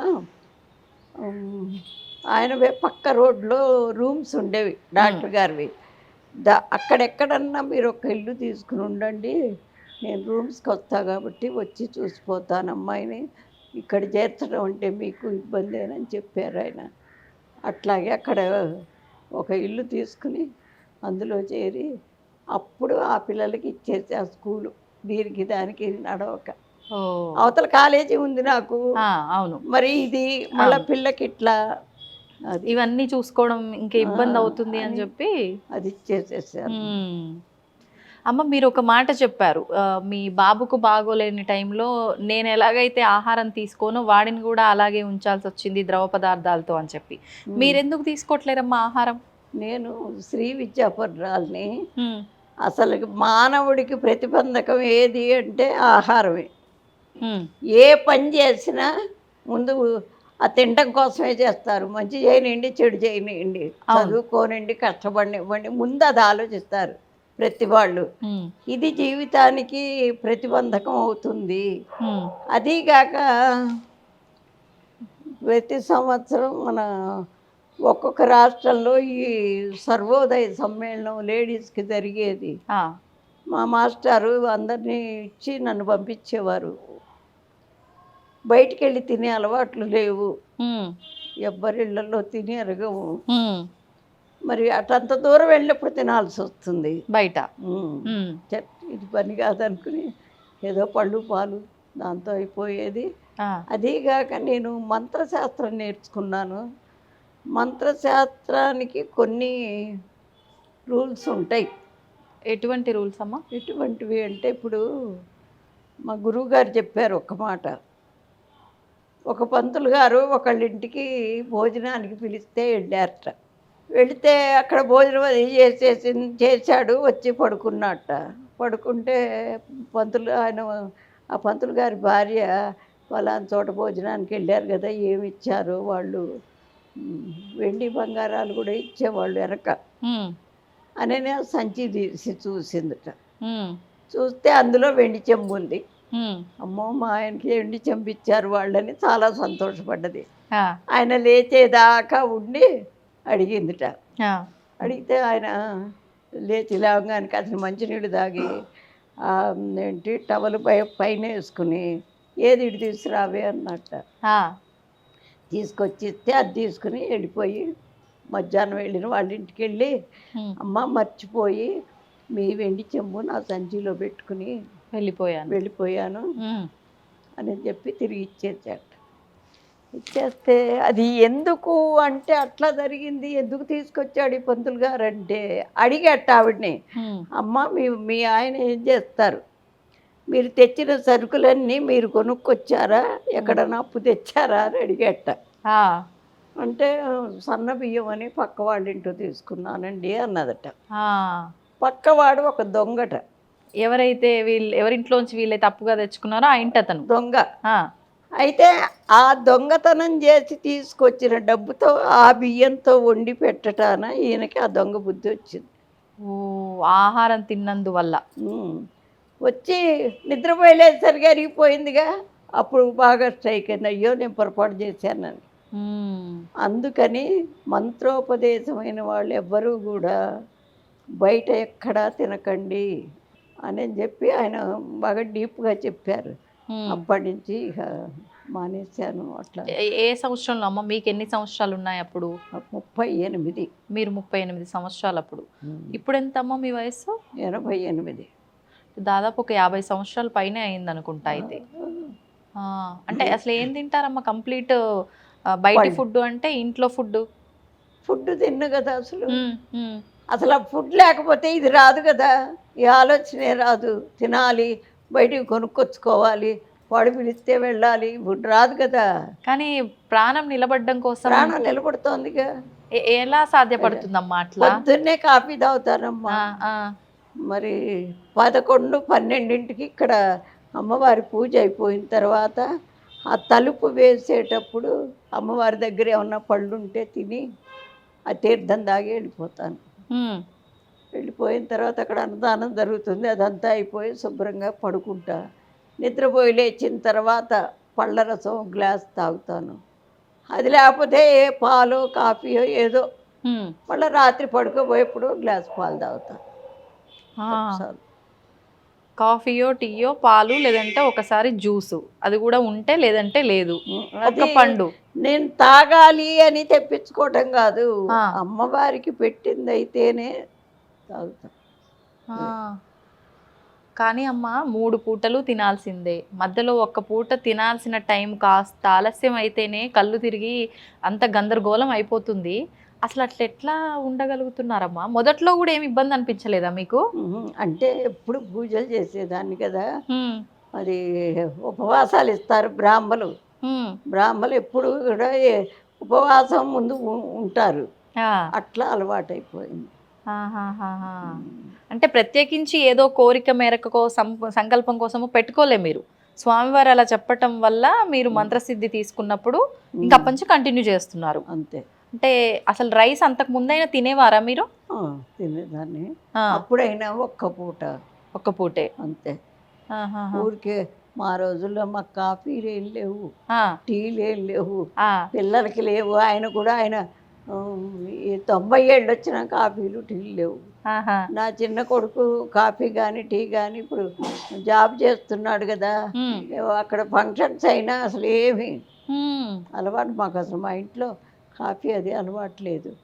హైదరాబాద్ వచ్చిన తర్వాత కాఫీ తాగటం అలవాటైంది. Okay okay. అది అమ్మ, ఇప్పుడు ఈ మధ్యకాలంలో మీరు ముందరే అన్నట్టు మనం మామూలుగా మాట్లాడుకున్నప్పుడు మీరు ఒక మాట అన్నారు, ఇప్పుడు అంతా కూడా డబ్బు ఆరోగ్యం వీటిపైనే వెళ్తోంది సమాజం అంతా కూడా, మంచి ఇదంతా విచక్షణ లేదు అన్నట్లుగా మాట్లాడారు. ఇప్పుడు ఆహారం తినడం సమయం కాస్త లేట్ అయినా, తీసుకునే ఆహారం కొంచెం అటు ఇటు అయినా వెంటనే లోపల ఏదో ఒక ఇబ్బంది, గ్యాస్ట్రిక్ ప్రాబ్లమో, కడుపు నొప్పో, తినకపోయినా నొప్పి వస్తుంది. మరి మీకు అవన్నీ ఏ ఇబ్బంది లేదమ్మా? ముందు నుంచి ఎప్పుడు కూడా ఏ ఇబ్బంది లేదు? ఏమి లేవు అసలు. నాకు ఆఖరికి ప్రెగ్నెన్సీ అప్పుడు కానీ, మరి డెలివరీ అయిన తర్వాత కానీ అట్లాంటివి ఏమీ లేవు. Okay okay. ఇప్పుడు 4-5 ఛానల్స్కి ఇంటర్వ్యూ, ఇదే ఇంటర్వ్యూ జనాలు చూసే అనుకుంటున్నారు మరి. అదే కదా. అంటే ఇప్పుడు దాదాపు మీరు ఎన్ని సంవత్సరాలు అయింది? 50 సంవత్సరాలు చిల్లర, అంటే 52, 53 సంవత్సరాలు, 55 ఏళ్ళు అయింది. 55 సంవత్సరాల నుంచి అసలు ఓన్లీ లిక్విడ్స్ తోనే ఉంటున్నారు మీరు, అంతే, ఇంత యాక్టివ్గా. నిజంగా ఇది పెద్ద మిరాకిల్ అమ్మా. ఇప్పటి వరకు మీరు చెప్పిన మిరాకిల్స్ అన్ని ఒక ఎత్తు అయితే, ఇది ఇంకా పెద్ద మిరాకిల్. అందరికీ సాధ్యపడుతుంది అంటారా అమ్మ ఇట్లా? తప్పకుండా పడుతుంది, పట్టుదల ఉండాలి. ఏదైనా సరే పట్టుదల అంటే మనం సాధించలేదు అసలు ఏమీ లేదు. ఖచ్చితంగా మనం సాధిస్తాము అనే పట్టుదల, సాధించాలి అనే పట్టుదల ఉంటే ఖచ్చితంగా వెంటనే కాకపోయినా తర్వాత అయినా, ఇంకా కొన్నాళ్ళు పోయిన తర్వాత అయినా మనం అనుకున్నది తప్పకుండా సాధిస్తాం. ఏ విషయంలో అయినా, ఏ విషయంలో అయినా. సూపర్ అమ్మ. అసలు మీకు ఆకలి వెయ్యదు, ఏదో అమ్మవారి నైవేద్యము ఆ ప్రసాదంగా ఆ పండో ఆ లిక్విడో ఏదో ఒకటి తీసుకుంటున్నారు అంతే. అంతే, అది కూడా ఆకలి వేసి కాదు, కాదు. అమ్మవారి అసలు ఆకలి పోయింది, ఎప్పుడో పోయింది. ఓకే. ఇంట్లో వాళ్ళు కూడా ఎప్పుడు అడ్డు చెప్పలేదమ్మా, అంటే ఎందుకు ఇట్లా తినకుండా ఉండడము అది ఇది అని చెప్పి? అసలు నా దగ్గర మాట్లాడే అంత ఇది లేదు పిల్లలకి. ఆ, ఇప్పుడు మా అబ్బాయికి దాదాపు 55 60. ఆ, చిన్న అబ్బాయికి ఆ. ఈ రోజుకి నా ముందు మాట్లాడు. ఎందుకనమ్మా, అంటే గౌరవమా భయమా? రెండు ఉన్నాయి. ఉమ్, ఒక మాట ఏదన్నా ఏది తనకు కావాల్సి వచ్చినా అడుగుతాడు, సలహా అడుగుతాడని. ఉమ్, అది ఇట్లా కాదు నాన్న, దీనివల్ల ఇది అవుతుంది, ఇట్లా అవుతుంది, వద్దు నువ్వు దాని జోలికి పోవద్దు ఉమ్. అంటే సరే అమ్మ అంటాడు. ఆహాహా. ఎదురు చెప్పేదే లేదు. అమ్మవారు నాకు ఇచ్చిన అదృష్టం ఏమిటంటే నగలు నాణ్యాలు ఇళ్ళు వాకిళ్ళు డబ్బు కాదు. ఉమ్, మా పిల్లలు, ఆయన ఏ మొగుడు ఊరుకుంటాడండి ఇంట్లో వదిలేసి గుళ్ళో పూజ చేస్తుంటే? ఉమ్. ఊరుకోరు కదా. ఊరుకోరు, అవును. కానీ ఆ అదృష్టం ఏమిటి అంటే నాకు కోడళ్ళు కూడా అట్టా వచ్చారు. నేను ఇక్కడ ఉండిపోయినా ఉమ్, వాళ్ళ మామగారిని ఇక్కడ పెట్టుకుని చూసుకుని అసలు ఇంత లోపల రాకుండా చేస్తారు. ఆ, అదొక అదృష్టం. ఆ. తర్వాత పిల్లలు మరి ఇంత ఇదిగా ఉంటూ ఏంటి పెద్ద పెద్ద పూజలు చేస్తూ అట్లా ఉంటే కూడా అసలు ఏనాడు ఇదేంటి అదేంటి ఇప్పుడు పెన్షన్ వస్తుందా అమ్మ, పెన్షన్ ఏం చేసామని ఏనాడు అసలు అడిగి అడగరండి. ఇంత మటుకు ఆయన కూడా అంతే, ఆహాహా. అడగరు ఎంత వస్తుందని. కానీ ఆ. ఏం చేస్తున్నావు నువ్వు ఒక్కదానివి కదా, అయినా ఇదంతా పెట్టడం ఎందుకు మాకు ఇవ్వకూడదా ఉమ్. అసలు ఏనాడు. అంటే ఇప్పుడు ఇదంతా మీ సొంత డబ్బులతో చేస్తున్నారమ్మా? చేశాను, అవునండి. కంప్లీట్ గా ఈ రోజు వరకు కట్టిన దగ్గర నుంచి కూడా? కాకపోతే ఎవరన్నా ఇప్పుడు మరి హైకోర్టు జడ్జి గారు ఉన్నారు, ఉమ్, ఒక రెడ్డి గారు, వాళ్ళ అమ్మాయికి 32 ఏళ్ళు వచ్చినాయి, పెళ్లి కాల. కొన్ని దోషాలు ఉన్నాయి. నాకు ఏంటి జాతకాలు కూడా వచ్చు, చెప్తూ ఉంటారమ్మా? చెప్తాను. ఆహా. అది చూసి ఆ పరిహారాలన్నీ చేస్తే అమ్మాయికి పెళ్ళి అయింది. అయిన తర్వాత ఆయన, నేను మనసులో అనుకున్నానమ్మా ఉమ్, మీకు ఇద్దామని, అంటే నాకొద్దు, 5 పైసలు కూడా నాకొద్దు, మీరు దీనికి ఏమన్నా చేస్తే చేయించండి అంటే ఆయన చేయించారు. ఈ పై ఈ కప్ అంతా కూడా? ఆహా. అట్లాగే ఇంకొకళ్ళు ఉన్నారు ఇక్కడ 5th ఫేజ్లో, వాళ్ళు కూడా అట్లాగే అని వాళ్ళకి ఏదో కొన్ని ఇబ్బందులు వస్తే దానివల్ల ఇది అదే అన్నీ చేయించాను. అది ఇప్పుడు నేను ఉండే ఇల్లు అంటే అన్నదానం కోసం ఆ ఇల్లు, ఆ వంట అది చేసి అందరికి భోజనాలు పెట్టి రోజునమ్మా లేదంటే విశేషమైన రోజుల్లోనా? రోజునే పెట్టేదాన్ని. ఇప్పుడు 3 రోజులు పెడుతున్నాం, ఎందుకంటే మిగిలింది వాళ్ళు అక్కడక్కడ అన్ని చోట్ల పెట్టే చోటుకి వెళ్తారు. ఇక్కడ మాత్రం సోమ మంగళ బుధ 3 రోజులు పెడుతున్నా. పెద్ద ఫంక్షన్స్ ఏమన్నా వచ్చినా పెడతాను. అది ఓకే. అట్లా చేసిందే కానీ ఇప్పుడు జాతకం చెప్తే ఒక 500 అది కూడా ఇక్కడే పెట్టేస్తారు. అంతా అమ్మవారి కోసం. ఇంకా అసలు అట్లా కాదండి, ఎక్కడ పెట్టుకుంటాం, ఏం చేస్తాం? ఇప్పుడు భగవంతుడు పిల్లలకి ఇవ్వాల్సింది వాళ్ళకి ఇచ్చేసేసాడు. మేము కూడా మా శక్తి కొద్దీ ఏమి ఇవ్వాలో ఇచ్చేసేసి వాళ్ళకి చదువులు చెప్పించాం. అవును. ఇంకా కూడబెట్టి పెద్ద అబ్బాయికి ఇవ్వాలి, చిన్న అబ్బాయి ఎందుకు ఇవన్నీ అని చెప్పి. ఇప్పుడు మీరు మీ వారు మీ అబ్బాయి అంతా కలిసే ఉంటారమ్మా? ఇక్కడే ఉంటానమ్మా. మీరు ఇక్కడే ఉంటారు? ఇక్కడే ఉంటాను, వారానికి ఒకసారి వెళ్ళి చూసిస్తాను. మీరు సింగిల్ గానే ఉంటారు ఇక్కడ? మీ వారు మీ అబ్బాయి వాళ్ళ దగ్గర ఉంటారు? ఇందాక చెప్పినట్టు మీ మనవరాలు ఇప్పుడు ఇక్కడ మీతో పాటే ఉంటున్నారు కదా? మనవరాల్ని నాకైతే ఉంచడం కూడా ఇష్టం లేదు. ఎందుకు అంటే మన మనవరాలు ఉంచాలి అని ఒక రూల్ ఉన్నా గుడి వాతావరణంలో ఉండేట్టు ఉండాలి. బయట మనిషి ఇక్కడ ఉన్నారంటే గుడి వాతావరణంలో ఉండేట్టు ఉండాలి. అంటే అమ్మ జుట్లు ఇరేబోసుకుని మరి చున్నీలు లేకుండా, లేకపోతే ఎండెక్కి నిద్ర లేచి ఇవన్నీ నాకు కుదరవు. చక్కగా నువ్వు జడేసుకో, చున్నీ వేసుకో, కథ దేవుడు భక్తి అవి ఏమన్నా ఉండేటైతే ఉండు, ఉమ్, లేదు నేను అట్లా ఉండలేను అంటే నీకు చదువుకేం కావాలో నేను ఇస్తాను, ఉమ్, ఇంటి దగ్గరే ఉండని చెప్పాను. ఆ, కాదు నానమ్మ ఇక్కడే ఉంటానని. ఆహాహా, ఇప్పుడు జాబ్ వచ్చింది, ఆ, ఇప్పుడు ఈ సంవత్సరం ఉంది చదువు, మళ్ళీ రేపు మే జూన్తో అయిపోతుంది అనుకుంటా. ఆహాహా, అది క్యాంపస్ సెలక్షన్లో జాబ్ వచ్చింది, ఉమ్, ఉమ్, దానికి వెళుతోంది. ఓకే. అది చదువు కాబట్టి నేను ఉండనిచ్చారు, అది. లేదంటే ఒప్పుకునేవారు కాదు. ఎందుకంటే మనం పెట్టుకున్న లక్ష్యానికి ఏది అడ్డంకు రాకూడదు. ఉమ్, అది ఏంటమ్మా మీ లక్ష్యం ఏంటి? లక్ష్యం ఏమిటి అంటే సమాజానికి కావలసిన వాటిలో అన్నీ చేయలేకపోయినా కొన్నన్నా మన దైవభక్తితో మంచి మాటలతో ఉమ్, చాలామంది మార్పు వచ్చారండి. ఉమ్, భార్యాభర్తలు కూడా చాలామంది మార్పు వచ్చారు.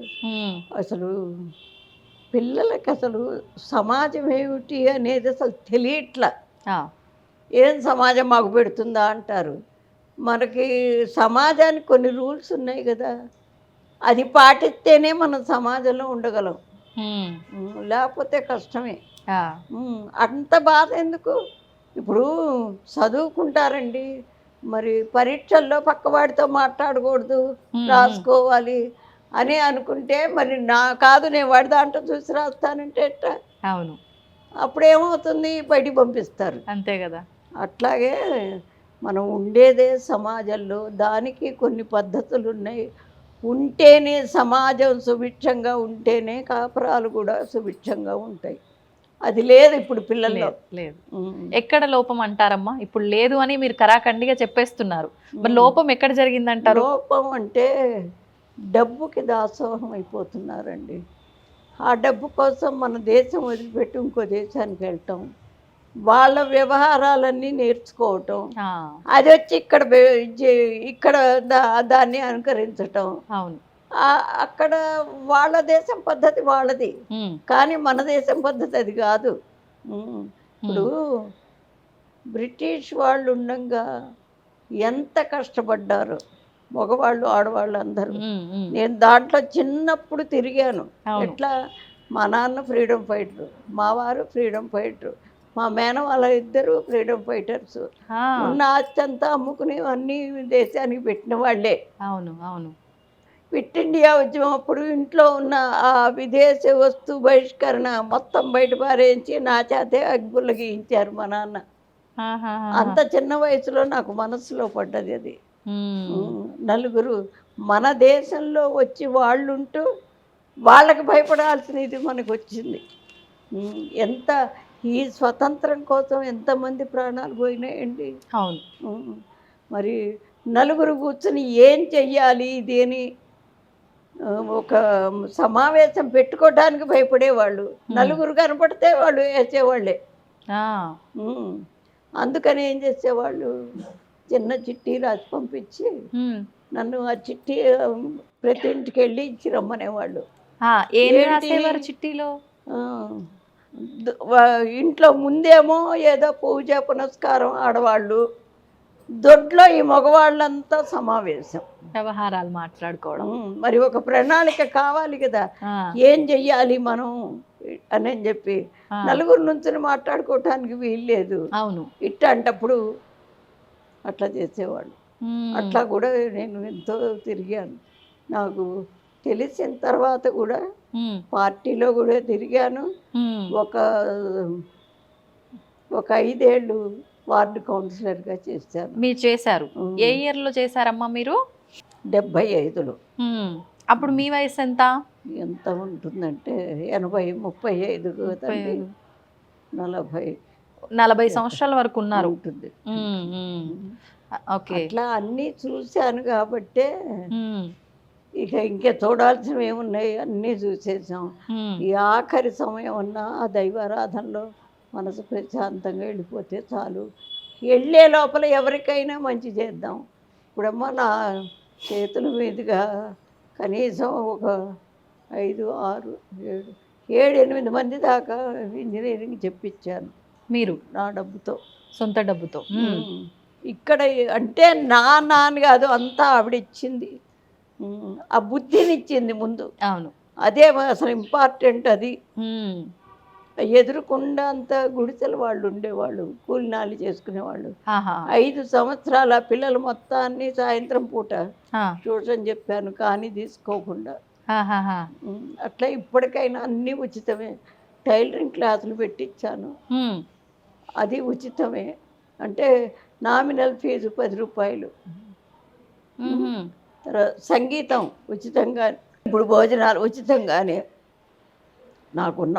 ఉన్నది బట్టి నేను ఖర్చు పెట్టేస్తాను. ఆహాహా. అంటే సంగీతం అవన్నీ మీరు చెప్పేవారమ్మా, ఎవరన్నా తీసుకొచ్చి నేనే చెప్పాను. మీరే చెప్పేవారు? చెప్పాను. ఇప్పుడు మాకు సంగీత పీఠం పెట్టేసి నెలకొక ప్రోగ్రాం, సంగీత కళాకారులు మంచి ప్రోగ్రాంలు జరుగుతాయి. ఓహోహో. ఇప్పుడమ్మా మీరు అన్నట్లుగా ఈ పిల్లల విధానాలు కానివ్వండి, పెద్దవాళ్ళ విధానాలు కానివ్వండి, అన్నీ కూడా ఏది బాగోలేదు. అది పక్కన పెడితే కుటుంబ వ్యవస్థ కూడా ఒకప్పుడు ఉన్నట్లుగా ఏదీ లేదు. ఎందుకంటారు? అంటే అలా ఉండటం వల్ల ఎంతో మంచి జరిగింది, ఎంతో మేలు జరిగింది పిల్లలకు కానీ పెద్దవాళ్ళకి కానీ, అందరూ కలిసిమెలిసి ఉంటే. ఇప్పుడు అలా లేదు, అంత ఎవరికి వాళ్ళు విడివిడిగా ఒక్కింట్లో ఉండి కొన్నాళ్ళు సపరేట్గా వండుకునే విధానం చూసాము. అలా అన్నా సర్లే ఒక దగ్గర ఉన్నారు అనుకునే వాళ్ళం. ఇప్పుడు మొత్తం కంప్లీట్గా డివైడ్ అయిపోయి చిన్న కుటుంబాలు వచ్చేసాయి. దాని గురించి ఏం చెప్తారు? దాని గురించి అంటే అసలు వెనక ఒక్కొక్కళ్ళకి 6 డజన్ మందికి తక్కువ కుట్టినేవాళ్ళు కాదు. ఇప్పుడు మేమిద్దరం మాకిద్దరే, లేకపోతే మాకొక్కళ్ళే. జనాభా తగ్గిపోయింది. జనాభా తగ్గితే ఇంకా ప్రేమలు ఎక్కడి నుంచి వస్తాయండి? వాడు ఏంటి సరిగ్గా అన్నం తినకపోతే అది పెద్ద తప్పు అయిపోయి, వాడు రాన్న ఎందుకు తినవురా నాన్న, తినరా, అదిరా ఇదిరా. తల్లి అయినా అంతే. అంటే 2 కళ్ళు వాడి మీద పెట్టి చూస్తుంటే వాడికి అసలు ఇదేంటి అదేంటి అనేది తెలీదు, కష్టమేంటి తెలీదు, సుఖం కూడా తెలీదు. స్నేహాలు మరిగి ఇంకా వాళ్ళ ఇష్టం అట్లా. ఇదే దాన్ని ఖండించట్లా. తల్లి తండ్రి నువ్వు ఇట్లా పెడితే ఇప్పుడు ప్రేమ ఉండొచ్చండి. జ్వరం వస్తుంది పిల్లాడికి, వాడికి మందు నేను తాగనమ్మా అంటే వదిలిపెట్టేస్తామా? లేదు. తాకపోతే లాగి ఒక్కటేసి నోట్లో మందేసి నీళ్ళు పోస్తాం. అవును. ఎందుకు? వాడి మీద ప్రేమ లేకనా? లేదు, వాడి మంచి కోసం. వాడికి జ్వరం తగ్గాలి. ఆ తగ్గటానికి కాస్త కష్టమైన మనసు బాధపడ్డా చెయ్యాల్సిన పని చెయ్యాలి. అట్లాగే ఈ ప్రవర్తన కూడా అంతే. లేకపోతే వాడి జీవితాన్ని మనమే పాడు చేస్తున్నాం. పిల్లల జీవితాలని మనమే పాడు చేస్తున్నాం. కంపారిజన్ ఒకటి వచ్చింది. అందుకని ఇప్పటి నుంచి ఆడవాళ్ళు మగవాళ్ళు ముందు వేషాధారణ మార్పించాలి. ఏంటండి మరి అడుక్కునేవాడు ఇక్కడ చిరుగులు ఇక్కడ చిరుగులు ఇవన్నీ ఉన్నట్టు నీకు లేనట్టు నువ్వు ఆ డ్రెస్ కూడా ఆ చినుగులు ఏంటండి? ఇప్పుడు లేనివాడు తప్పదు. అవును. నీకేమి తక్కువని? అట్లాంటివన్నీ మానిపిస్తేనే ఇప్పుడు మొదలు పెట్టుకుంటే ఇంకా 25 ఏళ్ళు పడుతుంది మళ్ళీ వెనకటి ఇది రావటానికి, మార్పు రావడానికి. అంతే. ఇప్పుడు కనుక మొదలు పెట్టకపోతే ఇక అది ఎటుపోతుందో చెప్పండి. అసలు ఏం చెప్పారమ్మా? అంటే మన ధర్మం ప్రకారము కొన్ని ఆచారాలు వ్యవహారాలు కట్టుబాట్లు అయితే ఉన్నాయి. మీరు అంటే స్వాతంత్రానికి ముందర నుంచి దాదాపు 88 సంవత్సరాల నుంచి, అంటే మీకు ఊహ తెలిసిన దగ్గర నుంచి ఒక 80 సంవత్సరాల నుంచి ఈ విధానం అంతా చూసుకుంటూ వస్తున్నారు. అంటే ప్రతి జనరేషన్కి ఒక వ్యవస్థ ఎలా మారుతూ వచ్చింది ప్రస్తుతం వరకు కూడా? ఇప్పుడంటే వెనక అసలు ఇన్నేళ్ళైనా మారలేదండి. ఇప్పుడు మారటం మొదలుపెట్టింది ఒక 5 ఇయర్స్ నుంచి, 5 సంవత్సరాల నుంచి మాత్రమే. నేను 5 తరాలు చూశాను. మరి ఇప్పుడు పిల్లలకి విజ్ఞానం లేకపోగా అతి ఆలోచనలు ఎక్కువైపోయినాయి. ఇదే ఉంది అదే ఉంది అట్లా ఇట్లా. ఇప్పుడు గుళ్ళోకి వస్తారు పిల్లలు అందరూ కోచింగులు కని దానికని ఇక్కడ వచ్చి ఊళ్ళ నుంచి వచ్చి ఇక్కడ ఉంటారు, ఉండి చదువుకుంటారు.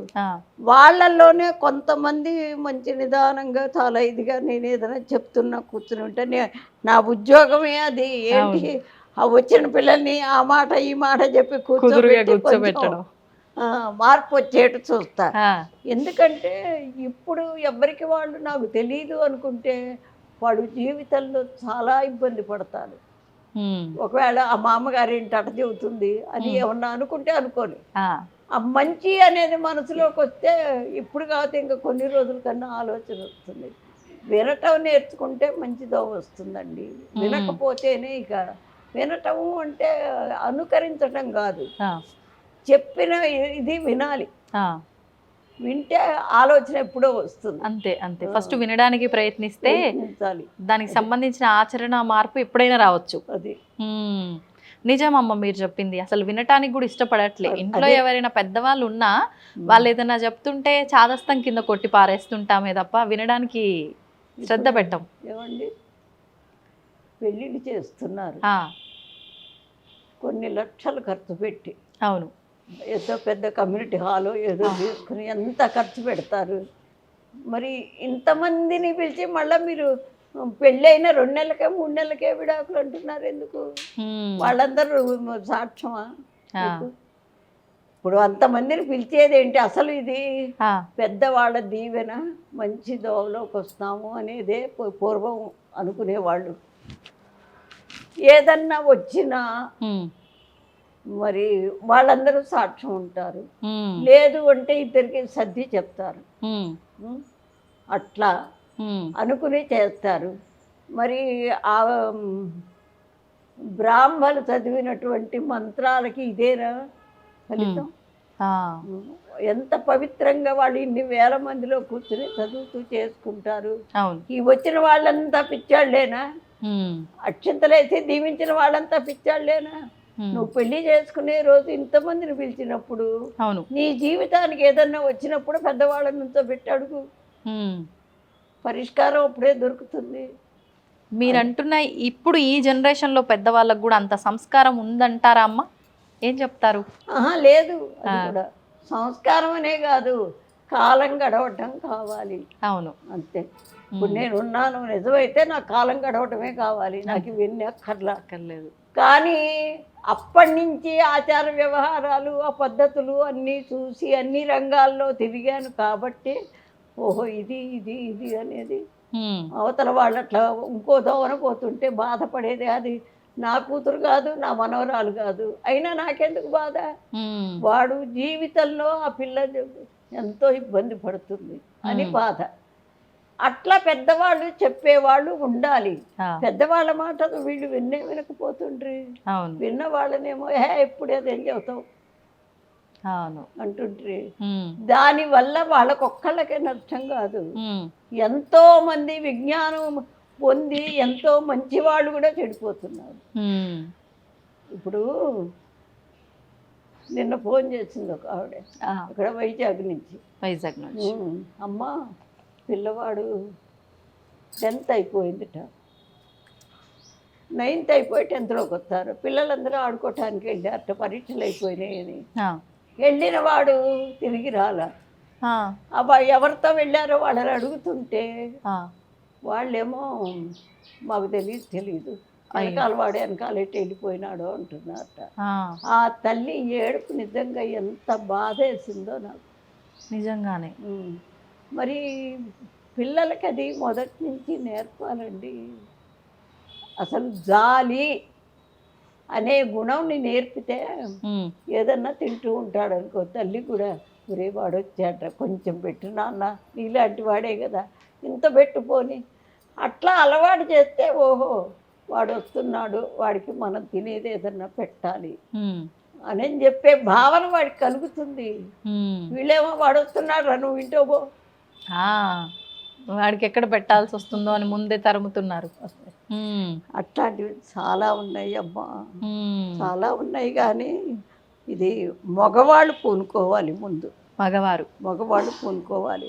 ఉమ్. పూనుకుంటే ఒకప్పుడు కాకపోతే ఒకప్పటికన్నా ఆడవాళ్ళకి కాస్త తెలివి వస్తుంది. ఇప్పుడమ్మ మీరు అన్నట్లు ఒక్క విషయంలో కాదు, నిజంగా ప్రతి విషయంలో ప్రతి వ్యవస్థలో చాలా చాలా చాలా మార్పు వచ్చింది. మార్పు మంచిగా ఉంటే పర్వాలేదు, కానీ ఆ మార్పు కాస్త మీరు అన్నట్టు ఎన్నో ఇబ్బందుల్లోకి పడేసే విధంగా వెళ్ళిపోయింది. ఇప్పుడు ఆహార విషయంలో తీసుకోండి, పొద్దున నిత్యం మనం లేచిన దగ్గర నుంచి మళ్ళీ పడుకునే వరకు కూడా ఎన్నెన్నో మార్పులు. అప్పట్లో ఎలా ఉండేదమ్మా? మీరు లేచిన దగ్గర నుంచి మీ రోజు అనేది ఎలా గడుస్తూ ఉండేది? అసలు మమ్మల్ని మా పెద్దవాళ్ళు ఎప్పుడు లేపారండి. ఆ! ఆ టైం అవ్వంగానే లేవటం, ఆ! ఏంటి గబగబా మా పని మేము చేసేసుకోవటం. హ్మ్. వారానికి ఒక్కసారే పెద్దవాళ్ళు దగ్గరుండి బాగా తలంటి అంటి నూనె అంటి నలుగు పెట్టి పోసి చేసేవాళ్ళు. హ్మ్. హ్మ్. వీడప్పుడు ఇక మా పని మేమే చేసుకోవటం. ఆ! ఏదన్నా ఇక్కడ ఆలస్యమయ్యి లేటుగా వెళితే అక్కడ పంతులు గారు పట్టేవాడు. ఆ! ఆ, అందుకని ఇప్పుడండి బయట పంతులు ఎవరన్నా ఒక్క మాట టీచరు అన్నాడు పిల్లని ఒక దెబ్బ కొట్టాడు అంటే ఇక ముందు తల్లిదండ్రి పరిగెత్తారు, చుట్టూ వాళ్ళంతా మీడియా వాళ్ళంతా వస్తారు. అవును. అది అక్కడ జరిగిన సిచ్యువేషన్ ఏమిటో తెలుసుకోరు. హ్మ్.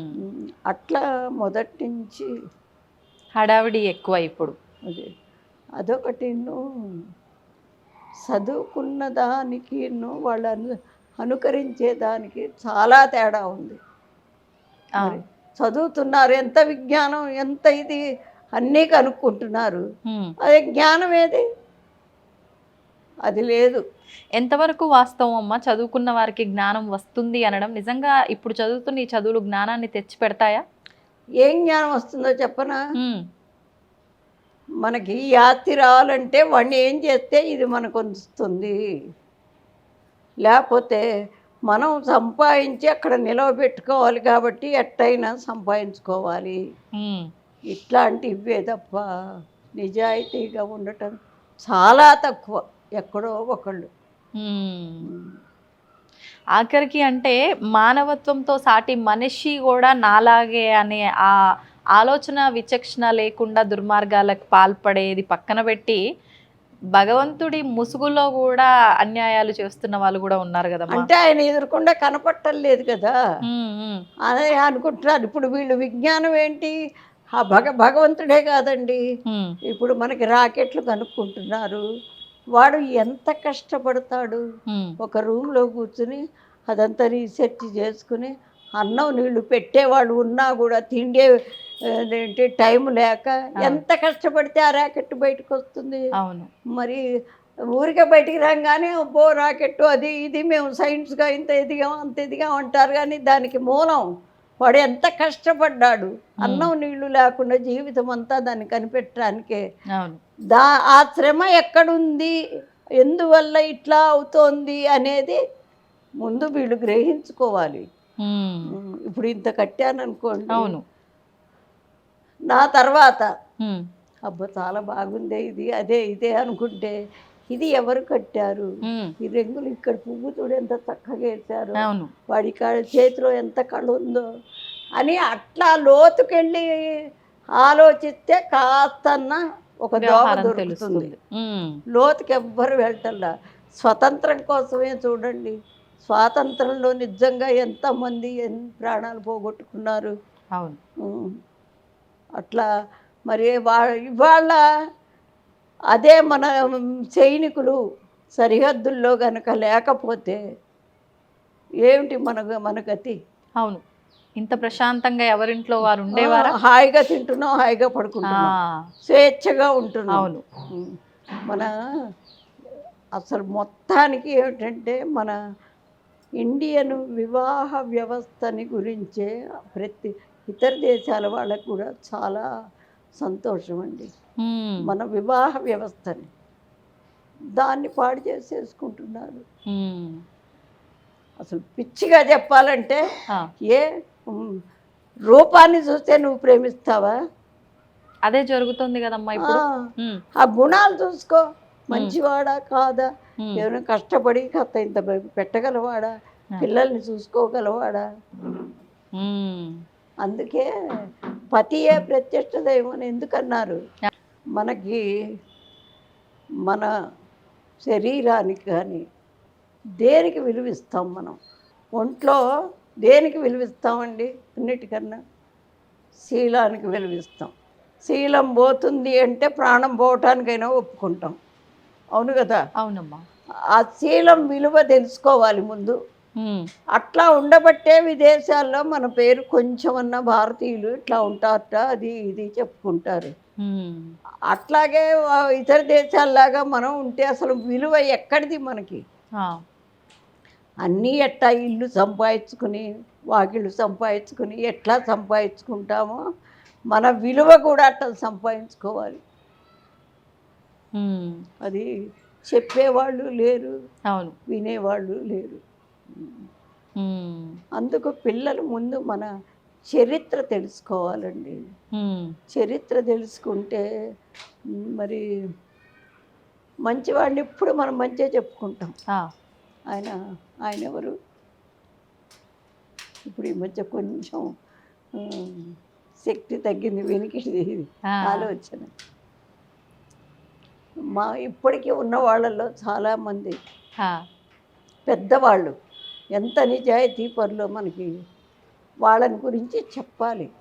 వివేకానందుడు ఉన్నాడండి, ఆయన ఎప్పటి వాడో కదా, ఇవి తరం ఎవ్వరు చూడలేదు కదా, చూడలేదు, మేము చూసాము. మరి చూసినప్పుడు ఇది ఇట్లారా అట్లారా అని చెప్పి మనం చెప్పినప్పుడు వాళ్ళు వినాలి. అట్లా కాకుండా వాడే ఉంది వీడే ఉంది వీడు వాడు అనే దాకా వచ్చారు పెద్దవాళ్ళని కూడా. అదొకటి. శీలాన్ని రక్షించేవాడు భర్త. ఒకవేళ భార్యాభర్త ఇద్దరు సఖ్యతగా లేకపోయినా ఇంకో మగవాడు వచ్చి భార్యను అన్నాడంటే వీడు ఊరుకుంటాడా? ఊరుకోడు. మరి దాన్ని భరించి ఆ శీలాన్ని రక్షించేవాడు కాబట్టి వాడే దైవము, అదే పతి ప్రత్యక్ష దైవం అంటాం. అది ప్రత్యక్ష. మనకి కావాల్సింది ముఖ్యమైనది శీలం. ఎన్ని గాంధీ గారు చెప్తారు, ఎన్ని పోయినా పోని శీలాన్ని మాత్రం పోగొట్టుకోకు. అట్లాంటివి చిన్న చిన్నవన్నీ చెబుతూ పిల్లలకు కూడా ఒక క్లాస్ తీసుకుంటే, చిన్నపిల్లలకే చెప్పాలి. ఇప్పుడు ఉద్యోగాలు చదువులు చెప్పే వాళ్ళకి కాదు, చిన్న పిల్లలకి 5 ఏళ్ల నుంచి మొదలు పెట్టుకుంటే ఒక్క 10 ఏళ్ళు పోతే వాడు ఒక 15 ఏళ్ళ దాకా కాపాడుకుంటే తర్వాత వాడు మామూలుగా అయిపోతాడు. అంటే మీ తరంలో ఇవన్నీ చిన్నప్పటి నుంచే విషయాలన్నీ పెద్దవాళ్ళతో ఎలా ఉండాలి అదొకటేనండి. పిల్లలు ఎప్పుడు మనం చెబితే వినరు, మనం చేస్తే అనుకరిస్తారు. వాస్తవం. అది మేమంతా అనుసరించాం కాబట్టి మా పిల్లలు కూడా మా అమ్మ ఇట్లా చేసింది కాబట్టి వాళ్ళు అట్లా చేస్తారు. అది చూసి నేర్చుకుంటారు వాళ్ళు. అంతే, పిల్లలు ఎప్పుడూ అంతే చూసి నేర్చుకుంటారు. ఇప్పుడు మొన్న ముడుపులు కట్టిస్తారు. ఆ పూజ చేసుకోవడానికి భార్యాభర్త వచ్చారు, చిన్న పిల్ల వచ్చింది, అది 2 ఏళ్ళు నుండి 3 వచ్చిందో రాలేదో కూడా. వాళ్ళ నాన్న పూజ చేస్తుంటే అది కూడా ఇట్ట చూసి ఇట్టా పెట్టి ఇక్కడ పెట్టి చక్కగా వాళ్ళ భార్యాభర్త నా కాళ్ళకి దండం పెడితే అది కూడా దండం పెట్టింది. మనం చేసే పనిని వాళ్ళు అనుకరిస్తారు, చూసి నేర్చుకుంటారు. చూసింది ఎప్పటికీ ఇంకా మర్చిపోరు అది. కానీ ఇప్పుడు పిల్లలు ఏదన్నా చూసి చెయ్యాలన్నా కూడా వాళ్ళు చేసే గారాబము ఒక రకంగా మీరు ఇందాక చెప్పినట్టు, ఎందుకు మేమే చాలా కష్టాలు పడ్డాము, వీళ్ళకి కూడా ఇప్పటి నుంచి ఇవన్నీ అలవాటు చేయాలా, చెప్పాలా, అవసరం లేదు అన్నట్లుగా పెద్దవాళ్ళ ఆలోచనే ఉంటుంది కదమ్మా. ఉంటుంది. ఇప్పుడు వాళ్ళు పెద్దవాళ్ళు అంటే 40-50 మిడిల్ ఏజ్ వాళ్ళు. మా ఇది 60 దాటిన వాళ్ళు ఎవరు అట్లా చెప్పరు. ఎందుకంటే మంచేదో చెడేదో వాళ్ళకి తెలుసు, వాళ్ళు కొన్ని అనుభవించారు కూడా. అవును. అందుకని సమాజం బాగుపడాలి అంటే ఫస్ట్ తల్లిదండ్రి, మరి పెద్దవాళ్ళు ఒక మాట చెప్పినప్పుడు అది నువ్వు చెప్తే నువ్వు అట్ట చెప్పవాకు అని చెప్పడానికి చాటుగా అయినా చెప్పుకోవాలి. పిల్లల ముందే నువ్వు నోరు మూసుకో, నువ్వెందుకు వాడిని అంటావు, అట్లా అంటే పిల్లలకి అసలు గౌరవమే ఉండదు. వాడు చెప్పింది వినరు. ఓకే, కానీ ప్రజెంట్ జరుగుతున్నది ఇదే, మీరు అన్నదే ప్రతి ఇంట్లో జరిగేది అంతే. అంటే ఎవరున్నారు ఏంటి అనే విచక్షణ లేకుండా ఏది వస్తే అది అనేయటం. దానివల్ల అవతల వాళ్ళు బాధపడతారే అనే మాట వాళ్ళకి తెలియదు అసలు. అమ్మ, ముడుపులు అన్నారు ఏంటి అంటే కోరికతో ముడుపులు కట్టడమా లేకపోతే సంతానం ఉద్యోగం రాలేదండి అమ్మ, ఉద్యోగం రావట్లేదు అదంటే గణపతి పూజ చేయించి వినాయకుడు అన్ని విఘ్నాలని తొలగించేవాడు, శాస్త్రాలు అలా చెప్తున్నాయి. మరి దాన్ని మేము అనుకరించాం కాబట్టి అది మరి వినాయకుడే మన కష్టాలు తీరుస్తున్నాడు అనేది మేము నమ్ముతాం. ఆ, ఉమ్. అట్లా అని మరి ఏంటి అమ్మవారి పేరున కట్టిస్తాను. ఉమ్, అంటే ఇప్పుడు ఎవరో ఒకళ్ళు ఒక బాధ్యత తీసుకుంటే కానీ వాడికి ఉద్యోగం రాదు కదా. అవును. ఆ, అమ్మవారికి ఆ బాధ్యత అప్పచెప్పడం, ఆవిడే వస్తుంది ఇక. అంతే. అట్లాగే వచ్చినాయి, చాలా మందికి వచ్చినాయి. ఆహాహా. ఉమ్, ఎవరైతే మనస్ఫూర్తిగా చేస్తారో ఉమ్, ఖచ్చితంగా పనులు అవుతాయమ్మా. ఓకే. మనస్ఫూర్తి కాకుండా వాళ్ళు ఏదో పెద్దవాళ్ళు చెప్పారు కదా అని చేసుకుంటే కాదు. ఉమ్. అది కరెక్ట్ అంతే. అంటే ఇబ్బంది ఎవరిదో వాళ్ళకి నమ్మకం ఖచ్చితంగా ఉండాలి. ఉండాలి. ఉమ్. కానీ చాలా మంది యువతలో అలాంటి నమ్మకాలు లేవు. చాలా తక్కువ, భగవంతుని నమ్మటం చాలా తక్కువ. మీరు అన్నట్టు తల్లిదండ్రులు ఇక్కడికి వెళ్తే నీ కోరిక నెరవేరుతుంది అని తీసుకొచ్చే వాళ్ళే ఎక్కువ ఉంటారుగా అమ్మ. మరి అటువంటి వారి కోరిక నెరవేరదంటారా? ఆహా, వాడు దండం పెట్టుకునేప్పుడు ఆ మనసులో వాడికి అది ఉండాలి కదా. తల్లిదండ్రి ఇప్పుడు ఏదో సామెత ఉంది, చెరువు దాకా తీసుకెళ్తాము నీళ్ళు తాగమని, అది తాకపోతే మనం ఏం చేస్తాం. అవును. అట్లా అంటే వివాహమైనా, జాబ్ అయినా, సంతానమైనా ఏదైనా కూడా మన నమ్మకంతో మనం అమ్మవారి పాదాలను పట్టుకుంటే తీరుతుంది. తప్పకుండా. అందుకే శాస్త్రాలే చెప్పినాయి, భగవంతుడు ఎక్కడో లేడు, మనసులో ఉన్నాడు, నీ హృదయంలోనే ఉన్నాడు. భగవంతుడి హృదయంలోనే ఉన్నాడని నమ్మకం ఎట్లా అంటే నువ్వు నమ్మినప్పుడు నీ పనులన్నీ అయిపోతాయి. అట్లా కాకుండా అది నువ్వు సర్వాన్ని సృష్టించిన తల్లి అమ్మవారు మరి ఏంటి నీ హృదయంలో ఆవిడ ఉండే ప్లేస్ ఎలా ఉండాలి. పెద్ద ఆఫీసర్ గారు ఉంటారండి, ఆఫీస్లోకి వెళ్ళి వాడి పోస్ట్ వాడిది, ఆయన వచ్చేసరికి అందరు లేచి నుంచుంటారు, వాచ్మెన్ లేచి నిలబడతాడు, అట్లా ఉంటుంది కదా. అట్లాగే ఆ సర్వాన్ని సృష్టించిన ఆవిడ ఉండటానికి ముందు హృదయం చాలా క్లీన్గా ఉండాలి, పవిత్రంగా, చాలా పవిత్రంగా. మరి ఇదేంటి ఆవిడ మన మనసులోనే ఉంది అంటే ఫస్ట్ వాడు చెడ్డ పని చేయటానికి భయపడతాడు, ఓ మార్పు వస్తుంది. అందుకని పిల్లలకి ముందు ఫస్ట్ది అబద్ధం ఆడకుండా ఉండటం, మరి ఇంకొకళ్ళకి సహాయం చేయటం, ఆ రెండు కనుకుంటే ఇంకా మంచి గుణాలు నెమ్మదిగా వస్తాయి. అది అది ఎవరి పిల్లల దగ్గర ఉంటల్లా. కానీ అమ్మ ఈ మధ్య కాలంలో మరి అది యుగ ప్రభావమో ఏంటో తెలియదు, కానీ మనం మంచికి సహాయం చేద్దాము తోటి వారికని వెళ్తే అది రివర్స్లో మనకే ఇబ్బందిని పడేసే విధంగా అవుతోంది. మరి ఇట్లాంటి పరిస్థితుల్లో తోటి వారికి సహాయం చేయటము ఇలాంటివి ఎంతవరకు? తోటి వారికి సహాయం ఎవరు పెడితే వాళ్ళకి చేయరు, అది కూడా ఉంది. ఏంటి మరి అపాత్ర దానం అంటారు, ఆ అపాత్ర దానం చేస్తే పుణ్యం సంగతి ఎవడెరు కానీ వీడికే చుట్టుకుంటుంది పాపం. అంటే మనం కర్మ సిద్ధాంతం, మన భారతీయులది కర్మ సిద్ధాంతం. కర్మ సిద్ధాంతం అంటే ఇప్పుడు రోజు వంట చేస్తామమ్మా, వంట చేస్తే నీకు రాదనుకోండి, రాకపోతే ఎవరో ఒకళ్ళు పెద్దవాళ్ళు చెప్తే దాన్ని అనుకరిస్తే ఒకరోజు కాకపోతే ఒక రోజుకి కరెక్ట్ అవుతుంది. అనుకరించకపోతే ఏమవుతుంది, అది చెడిపోతుంది. చెడు. అందుకని ఆ కర్మ కూడా నాయన అమ్మవారు కూడా ఏం చెప్తుంది, ఇది మంచిది ఇదోవన ఇట్లా ఇళ్ళు, ఇది చెడ్డది ఇటు వెళ్ళబాకు చెప్తుంది. చెప్పినప్పుడు ఆవిడ చెప్పినా కూడా మనం వినకుండా ఇటే పెడతామంటే దీనికి వచ్చిన కష్టం, అక్కడ జరిగిన కష్టం అంతా నువ్వు అనుభవించాల్సిందే. ఆవిడేం చేయదు, అది నువ్వు అనుభవిస్తేనే అది పోతుంది. అంటే బురదలోకి వెళ్తుంటే కాళ్ళు కడుక్కో శుభ్రం చేసుకో, అట్టా చేసుకుంటేనే నీకు ఏదన్నా. లేకపోతే చెప్పినా కూడా వినకపోతే అదే కర్మ. మనం చేసిన దానికి ఫలితం ఆవిడిస్తుంది. ఓకే, నువ్వేం చేస్తే దానికి తగ్గ ఫలితమే వస్తుంది, అంతే. Okay okay. అంటే అమ్మ మనం చేసిన దానికే ఫలితం అన్నారు, కానీ గత జన్మలో మనం చేసింది కూడా ఇప్పుడు వర్తిస్తుంది అంటారు కదా. ఇప్పుడు మనం మంచి చేసినంత మాత్రాన గత జన్మలో చేసిన చెడు ఆ పాపం అంతా తగ్గుతుంది, ఇప్పుడు చేసే మంచి వల్ల తగ్గుతుంది. కొన్నాళ్ళకి అది శుభ్రంగా తగ్గిపోతే మళ్ళీ మనం పవిత్రమై అసలు మన మన ప్లేస్ కాదమ్మా ఇది. ఉమ్, మనం ఉండేది ప్లేస్ అదే. ఉమ్, మనము చేసిన కర్మల్ని అనుభవించడానికి ఇక్కడికి వస్తాం. ఆ, వచ్చేసి ఇక్కడ మంచి చేసామా ఇక అక్కడ ఉండిపోతాం పైకి ఉమ్, వెళ్ళిపోయి. ఒకవేళ మనం చెయ్యలేదు ఇక్కడే చెడు చేసామనుకో, పోయిన తర్వాత అక్కడికి పోయినా ఫలాన్ని చేసావు ఇదిగో శిక్ష, ఇన్నాళ్ళు పోయిన ముప్పు లోకంలో ఫలాన్ని చేయి ఉమ్, అని వేసేస్తారు. అసలు మనం ఇక్కడ వాళ్ళం కాదు. ఆ. ఉమ్. అమ్మ, మీరు ఇంతకు ముందర చెప్పినట్టు వివాహ వ్యవస్థలో అయితే చాలా మార్పులు వచ్చాయి. విడాకుల ఈ విధానం అనేది ఒకప్పుడు అసలు వినరు మీరు అలాంటి మాటలు. అసలు అది ఇప్పుడు చూస్తున్నారు. పెళ్ళి అంటే వెంటనే విడాకులు అనేది పదం ఎలా వస్తుందో ఆ విధానం కూడా అలానే జరిగిపోతుంది. అసలు సుమంగళి స్త్రీలు ఎలా ఉండాలి, ఏంటి, ఎలాంటి విధానాలు ఆచరించాలో కూడా మన ధర్మం కొన్ని విధానాలు చెప్పడం జరిగింది.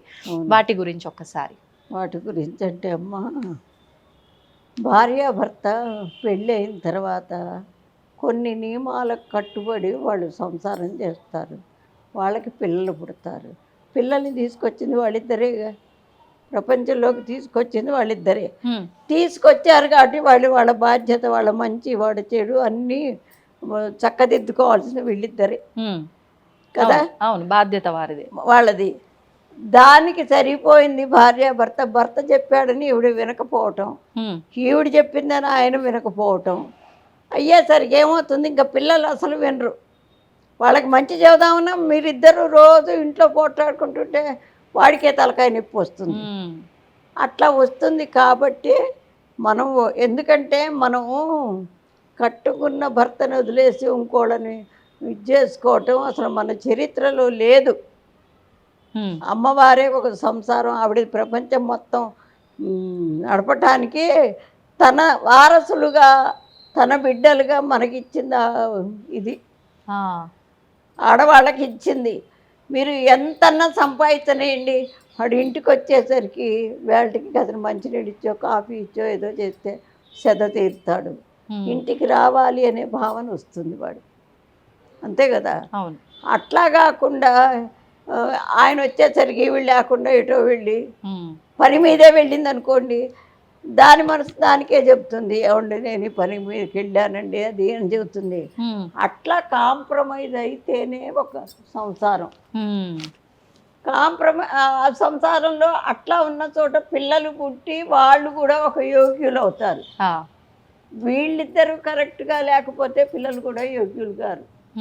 అంటే అప్పుడు సమాజాన్ని ఎవరు నాశనం చేసినట్టు, మనమే చేసినట్టు.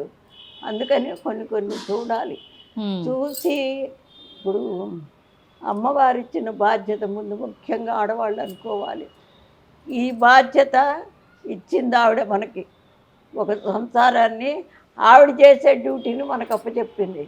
ఇది కూడా మనకు ఒక పోస్టు కాబట్టి దీన్ని మనం జాగ్రత్తగా ఇచ్చేద్దాం అని చెప్పి మొదటి నుంచి అనుకుని, ఇది నా ఇల్లు.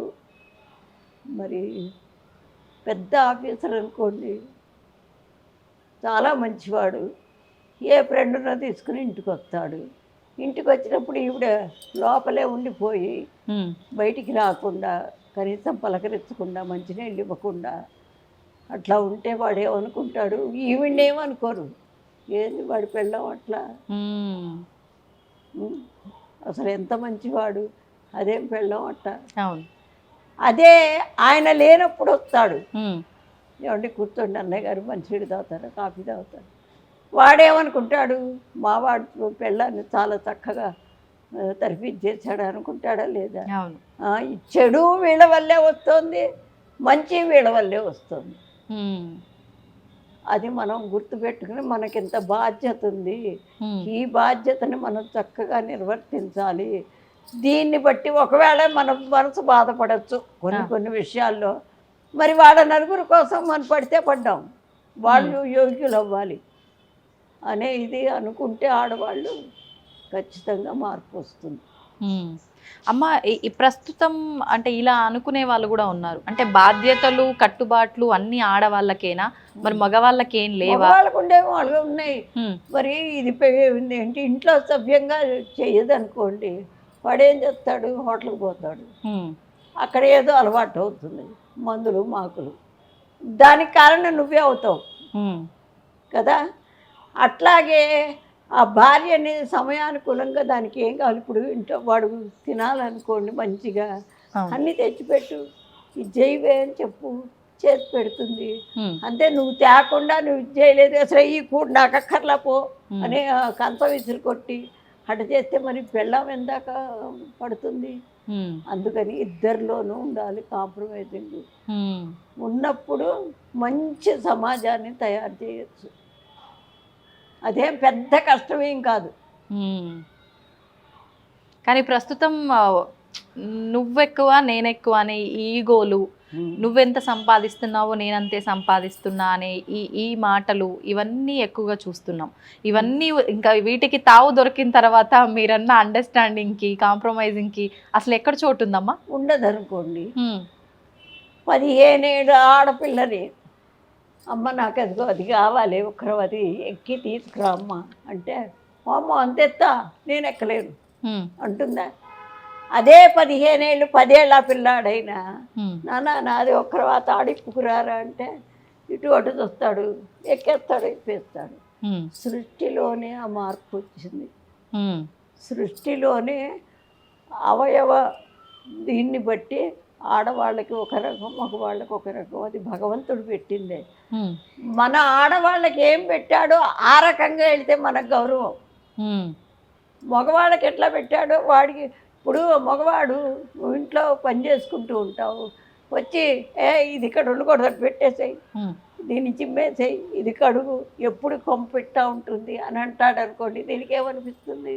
రోజు సచ్చేచెడు చేస్తున్నాను, ఆయన ఎక్కడో ఆఫీస్కి వెళ్ళి వచ్చి ఇట్లా తిడతాడు. వాడట్ట చెప్పకూడదు, నిదానంగా చెప్పుకోవాలి. లేదు వాడు చీపురు పట్టుకున్నాడు అనుకోండి, ఇల్లు అట్లా ఉందని వాడే చీపురు పట్టుకుంటాడు. పట్టుకుంటే ఏమనుకుంటుంది? ఓమో చూసిన వాళ్ళు మొగుడి చేత ఇల్లు ఊడిపిస్తుంది అని అనుకుంటారనన్నా చేతిలో తీసుకుంటుంది. అట్లా ఇద్దరికీ కాంప్రమైజింగ్ ఉంటుందమ్మా. ఎందుకు అంటే పిల్లల్ని మనం తీసుకొచ్చాం ప్రపంచంలో, వాళ్ళని సరైన దోవలో నడపాలి. అవును. అట్లా కాకుండా నా ఇష్టం నాది, నా ఇష్టం నాది. అసలు వేషధారణలోనే మార్పు వచ్చింది. ఆ వేషధారణ కరెక్ట్గా ఉంటే కొంత మటుకు కొన్ని చెడు భావాలు పోతాయి. అమ్మ, మీరు స్టార్టింగ్లోనే చెప్పారు లలితా సహస్రనామ పారాయణం వల్ల ఎంత అద్భుతాలు జరిగాయి అనేది. ప్రస్తుతం అంటే ఏదో వాళ్ళకి జరిగింది కాబట్టి నాకు జరుగుతుంది అన్న ఆశతో అయినా కావచ్చు, లేదు అంటే అమ్మవారి మీద భక్తితోనో కృతజ్ఞత తెలుపుకోవడం కోసమో కావచ్చు, ఈ మధ్యకాలంలో సామూహికంగా ఈ లలితా సహస్రనామ పారాయణ అనేది ఎక్కువగా చూస్తున్నాం. అసలు ఎందుకు చెయ్యాలి ఈ పారాయణ అనేది? చేయటం వల్ల ఉపయోగం ఏంటి? అంటే ఏదైనా ఆశించి చెయ్యాలా, చేయటం పద్ధతేనా? అంటే ఇప్పుడు పిల్లల్ని కంటామండి, వాళ్ళు ఏంటి తల్లిదండ్రికి ఎందుకు చెయ్యాలి? వాడు కష్టపడి చదువుకున్నాడు, కష్టపడి ఉద్యోగం చేస్తున్నాడు, బాస్ చేత నానాచి వాటిలో పెట్టుకుని డబ్బులు తెస్తున్నాడు, వాడికి ఎందుకు చెయ్యాలి? వాడు ఎందుకు చెయ్యాలి తల్లిదండ్రికి? వాడిని పుట్టించారు కాబట్టి ఆ రుణం తీర్చుకోవాలి. అట్లాగే అమ్మవారైనా మనల్ని పుట్టించింది కాబట్టే ఆవిడ రుణం మనం తప్పకుండా తీర్చుకోవాలి. అది ఆవిడ ఏదో ఇస్తుంది చేస్తుంది. ఇప్పుడు పుట్టిల్లు ఉంటుందండి, తల్లిదండ్రి ఎప్పుడు పెడతారనే ఉన్న పుట్టింటికి వెళ్తావా? లేదు, మనల్ని కన్నదే ఆవిడ. అందుకని వెళ్తాం. వాడు పెట్టకపోని అక్కడ తిన్నాను, అక్కడ పెరిగాను, అక్కడ పెద్ద అన్నయ్య అక్కడ పెళ్లి చేస్తే ఇక్కడికి వచ్చాను, మరి అవన్నీ మర్చిపోం కదా. నన్ను కన్న తల్లి తండ్రి కాబట్టి మనం వాడు పెట్టకపోని వెళతాం మనం. అట్లాగే ఇదైనా అంటే ఒక కృతజ్ఞతా భావమే మనం అమ్మవారికి చేసే ఈ సేవ అంతా కూడా. అంతే. ఏ రకంగా ఉండాలమ్మా మనం చేస్తున్న ఈ సేవ అయినా కూడా? భక్తి అనేది ఏ రకంగా ఉండాలి అంటే ఆవిడ కొన్ని గుణాలు చెప్పింది, 10 గుణాలు. దయ, ప్రేమ, తర్వాత కరుణ, ఇట్లాంటివి 10 గుణాలు. కనీసం అన్నీ మనం మానవులం కాబట్టి మనకు అన్ని గుణాలు రావు. వస్తే అసలు ఇక్కడ ఉండరు. ఒక్క గుణం అన్నా నేర్చుకుని దాన్నన్నా మనం అమలు చేస్తే ఆవిడ చాలా సంతోషపడుతుంది.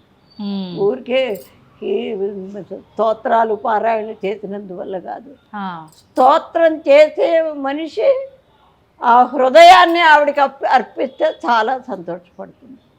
ప్రతి నెల నేను 1,00,000 పుష్పార్చన చేస్తానమ్మా. చేస్తాను ప్రతి నెల పౌర్ణమి నాడు 1,00,000 అందరూ వచ్చి చదువుతారు. అదంతా ఇంత గుట్ట అవుతాయి పూలు. అన్ని పూలు నేను చేశాను కాబట్టి నేనే చేస్తాను. వీళ్ళు ఇక్కడ చదువుతూ ఉంటారు. అంత పుణ్యం నాకు వస్తుందా? ఒక్క మాట. ఇంత చేశాను కాబట్టి ఇంత పుణ్యం వస్తుంది అనుకోవడానికి వస్తుందా? అసలు రాదు. ఎందుకని రాదు? అన్ని పూలల్లో ఏ పువ్వు మీద మన మనస్సు లగ్నం అవుతుందో, ఇది సాక్షాత్తు అమ్మవారి పాదాలకు ఎడుతుందని లగ్నం అవుతుందో దాని పుణ్యమే వస్తుంది. అంతేగాని 1,00,000 కుంకుమార్చన చేసిన 1,00,000 పుష్పార్చన చేసిన మొత్తం వస్తే ఈ చేసే వాళ్ళందరూ చదివే వాళ్ళందరూ ఇంత పుణ్యం ఉంటుంది. మనస్సు ప్రధానం అక్కడ. ఎక్కడైతే మన మనస్సుని లగ్నం చేసి అమ్మవారికి అర్పించామో అది మాత్రమే వస్తుంది. అంతే. అంటే ఇప్పుడు ఇబ్బందుల కోసం చేసినా కోరిక కోసం చేసినా అది నెరవేరట్లేదు మొర్రో అని మొత్తుకునే వాళ్ళు అది అంత భక్తి శ్రద్ధలతో నిమగ్నం చేయట్లేరు. అంతే, అది కరెక్ట్. కానీ ఎవరికి వాళ్ళు మేము భక్తితో చేస్తున్నామని అనుకుంటారు. కానీ ఆ మనస్సు అక్కడ ఉండాలి కదండి. కూర్చోగానే వీడు అదేంటి ఆఫీస్ నుంచి వచ్చాడేమో, కాఫీ తాగాడో లేదో, దీని మీదే ఉంటుంది. ఆయన వచ్చారేమో ఆఫీస్ నుంచి, ఇంటో లేరని ఏం కోప్పడతాడో. మనస్సు నిశ్చలత్వం ఎప్పుడైతే వస్తుందో బ్లడ్ సర్క్యులేషన్ కూడా చక్కగా జరుగుతుంది. ఎప్పుడు బ్లడ్ సర్క్యులేషన్ బాగుంటుందో మైండ్ షార్ప్గా ఉంటుంది. కరెక్ట్ అయిన మార్గం మనకే తెలుస్తుంది. అది ఇప్పుడు ఈ పారాయణ చేయాలన్నా మనం భక్తితో ఏదైనా చేయాలన్నా నియమాలు ఎక్కువగా పాటించాలేమో అని చెప్పి ప్రతి ఒక్కరిలోనూ ఒక సందేహం ఉంటుంది, భయం కూడా ఉంటుందమ్మా. భగవంతుడు ఉన్నాడు లేడు నమ్మినా నమ్మకపోయినా అమ్మవారికి చేసినా స్వామికి చేసినా ఏదైనా చేస్తున్నామంటే అమ్మో చేసేది ఈ రకంగా చేయకుండా ఇంకో రకంగా చేస్తే ఏమన్నా అవుతుందేమో ఈ భయం ఉంటుంది చాలా మందిలో. అంత భయపడాల్సిన అవసరం ఉందంటారా? అంత భయపడాల్సిన మనస్ఫూర్తిగా మనం చేయటమేనమ్మా. ఆ ఫలితం ఆవిడ ఏది ఇచ్చినా మనం పట్టుకోగలిగి ఉండాలి. అది ఇప్పుడు మనస్ఫూర్తిగా ఆవిడనే నమ్మి తల్లి నిన్నే నమ్ముకున్నానని ఏది చేసినా మనం ఆవిడిచ్చే ఫలితం మనం పట్టుకోగలిగి ఉండాలి. దాని గురించి నాకు ఇది ఇచ్చింది అది ఇచ్చింది నేను చేయను ఆవిడ నేటి కొలిచేది ఇట్లాంటివి రాకూడదు. అమ్మ మీరు అంటే ఆలయంలో కంప్లీట్గా ఇక్కడ అమ్మవారి ఆలయం కట్టక ముందర మీరు ఆలయంలో హనుమంతుడు ఆలయంలో చేసిన, ఇక్కడ ఆలయం కట్టించి ఇక్కడ సేవలు చేసినా కూడా అంటే ఆడవారు ఏదైనా చేస్తున్నారు అని అంటే విమర్శించే వాళ్ళు చాలా ఎక్కువగా ఉంటారు. అలాంటి విమర్శలు ఏమైనా ఎదుర్కొన్నారా? అంటే ఒక పౌరోహిత్యము చేసిన ఆడవాళ్ళు మంత్రాలు అన్నీ చేయడానికి అర్హత లేదు అని చెప్పి కొంతమంది చెప్తూ ఉంటారు. ఇట్లాంటిది మీరు ఏకంగా ఒక పౌరోహిత్యం అన్నట్టే ఇంకా కంప్లీట్ ఒక పూజారిలా వ్యవహరిస్తున్నారని విమర్శలు ఏమి ఎదుర్కోలేదా? విమర్శలు ఇప్పుడే లేవు, మొదట్లో ఎదుర్కొన్నా. అయితే ఒకటమ్మా, శాస్త్రాల్లో ఆడవాళ్ళకి కొన్ని నియమాలు పెట్టారు. నెలసర్లు వస్తాయి, ప్రెగ్నెన్సీ వస్తుంది, మంత్రాలు చదవటానికి ఆ నరాలన్నీ కదులుతాయి. ఇది సైన్స్లోనే ఉందమ్మా. ఈ పూజ అనేది సైన్స్కి ముడిపెట్టేసేసారు. అది కరెక్ట్గా ఉన్నది. సైన్స్ అంటే విడిగా ఏం లేదు. బయటికి వెళ్ళి వస్తే మా రోజుల్లో బయట కాళ్ళు కడుక్కొని లోపలికి అడుగు పెట్టించేవారు కాదు. ఇంకోటి స్కూల్కి వెళితే చిన్న పిల్లలప్పుడు బయట అదేంటి పంచలో 2 గూళ్ళు కట్టించి ఇచ్చారు. శుభ్రంగా కాళ్ళు కడుక్కుని ఆ పంచలోకి వచ్చి బట్టలు మొత్తం విప్పి గూట్లో పెట్టేసి మళ్ళీ ఇంకోటి కట్టుకుని లోపలికి వెళ్ళాలి చిన్న పిల్లలకి. మరి అంత నియమాలు పాటించడం వల్లే మాకు ఒక నిశ్చలత్వం వస్తుంది. ఒక పని చెయ్యాలన్నా నిశ్చలంగా ఉంటేనే చేస్తాడు.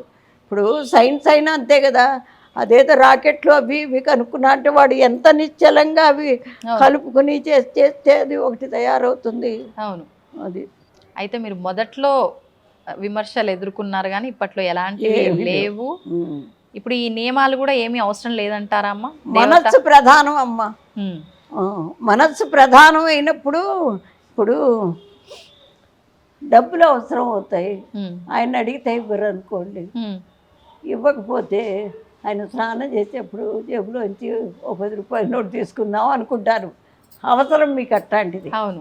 అట్లాంటప్పుడు ధైర్యంగా ఉండి నాకు ఇదిగో ఈ అవసరం వచ్చింది, నాకు కావాలి అట్లా అడిగి తీసుకుంటే వాడు కూడా ఫోన్లే ఎప్పుడు అడగదు, ఏదో అడిగింది అని చేస్తారు. అట్లా కాకుండా ఎప్పుడైతే అట్లా ఇప్పుడు అక్కడ అవసరము తీరుతుంది, మంచితనము బయటపడుతుంది. అవును. అంటే ప్రతిదీ మన ఆలోచన విధానంలో మనం చేసే పనుల్లోనే అది ఉంది. అందుకని ఈ పని చేయకూడదు, ఇది చెయ్యాలి. ఇప్పుడు పిల్లలు అన్నం తినరని సంకలో ఎత్తుకుని గిన్నె పట్టుకుని వాడికి బూట్లు ఉంటాయి, దానికి చెప్పులు ఉంటాయి, రోడ్డంతా తిప్పుతూ వాడికి పెడతారు. తినడు, నిజమే పెడతారు. అది మరి సైన్స్కి ఎంత వ్యతిరేకం అది. బయట ఆ మట్టి మచానం అంతా గాలి ఎట్లా ఉంటుంది, మరి అప్పుడు కనపడదా సైన్స్? అదే పూజ అనుకో, బయట నుంచి వచ్చిన ఇప్పుడు గుళ్ళోకి వచ్చేవాడు స్నానం చేయింది రాడు. అవును, అది దాంట్లో ఎంత సైన్స్ ఉంది. అట్లాంటివి సైన్స్కి పూజకి అసలు ముడి పెట్టే ఉందండి. పూజ అంటే ఏదో విడి, సైన్స్ అంటే ఏదో విడి. ఇప్పుడు అందరూ సైన్స్ అనేది అంటున్నారు కాబట్టి పూజలు లెక్క చేయట్లా. అది ఇది రెండు ఒకటే. 1,00,000 మల్లె పూలతో పూజ చేస్తే ఏంటి ఆ వాసన ఎంత దూరం వస్తుంది. ఇప్పుడు అక్కడ చేసాం, ఈ చుట్టుపక్కలంతా 1,00,000 పూలు అంటే ఇంత గుట్ట, మల్లె పూలు అంటే వాసన. ఎట్లా మరి ఆ వాసన అంతా వస్తే ఇక్కడ ఉన్న చెడంతా బయటికి వెళ్ళిపోతుంది. అట్లా అంటే ఒక్కొక్క దాంతో చేసినప్పుడు ఒక్కొక్క ఫలితం ఉంటుందా అమ్మ? మల్లె పూలతో చేయడం వల్ల ఏంటి ఫలితం? కాదు, వాసన పూలు కదా అందుకు. Okay okay. అందుకే పూలు కూడా మల్లె పూలతోనే చెయ్యండి, గాజు పూలు చెయ్యండి, గులాబీలు చెయ్యండి అని చెప్పేది అందుకు. అది అమ్మవారికి ఇష్టం అని.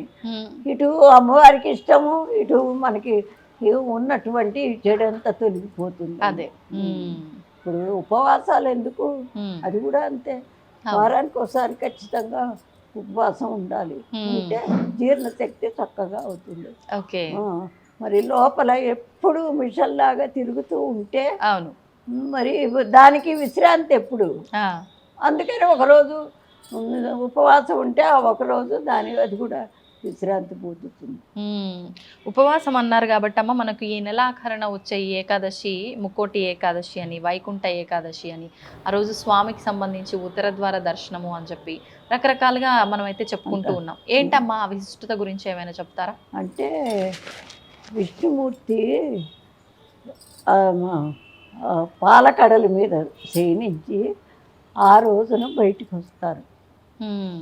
అంటే వాళ్ళు కూడా మనం అనుకోకూడదు, వీళ్ళు మానవులే చేసిన పుణ్యాన్ని బట్టి ఒక్కొక్కళ్ళు ఒక్కొక్క రకంగా అట్లా భగవంతుడిలాగా పూజలు అందుకుంటున్నారు. ఓహో, ఒకప్పుడు వాళ్ళు కూడా సామాన్య మనుషులే అంటారా? ఇప్పుడు రాముల వారు లేరండి. రాముల వారు మరి క్షత్రియుడు, అవును, యుద్ధాలు చేసిన వాడు. మరి ఆయన భగవంతుడిలాగా ఇవాళ ఎట్లా ఒప్పుకుంటున్నాం మనం? వాళ్ళ యొక్క నడవడికను పెట్టి. అవును, అది అందుకే మానవుడే భగవంతుడు అనేది. అది దానికి అర్థం అది. Okay okay. అంటే మంచి లక్షణాలతో ఉన్నారు కాబట్టి భగవంతుడితో పోలుస్తున్నాం అనేది కాదు.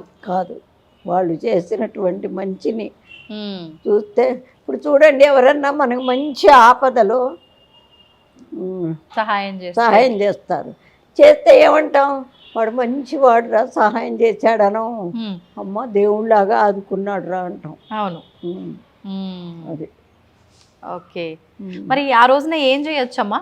ఏకాదశి రోజున మామూలుగా చీకటితో తల స్నానం చేసి, ఆయన తెల్లవారుజాము ముహూర్తం ఉంటుంది ఏ సంవత్సరానికి ఆ సంవత్సరం, ఆ ముహూర్తం అప్పుడు ఆయన తెల్లవారుజామున అక్కడ పాలకడల్లోంచి బయటకు వచ్చి అక్కడ శయనిస్తట, బయటకు వచ్చి కూర్చుంటాడు.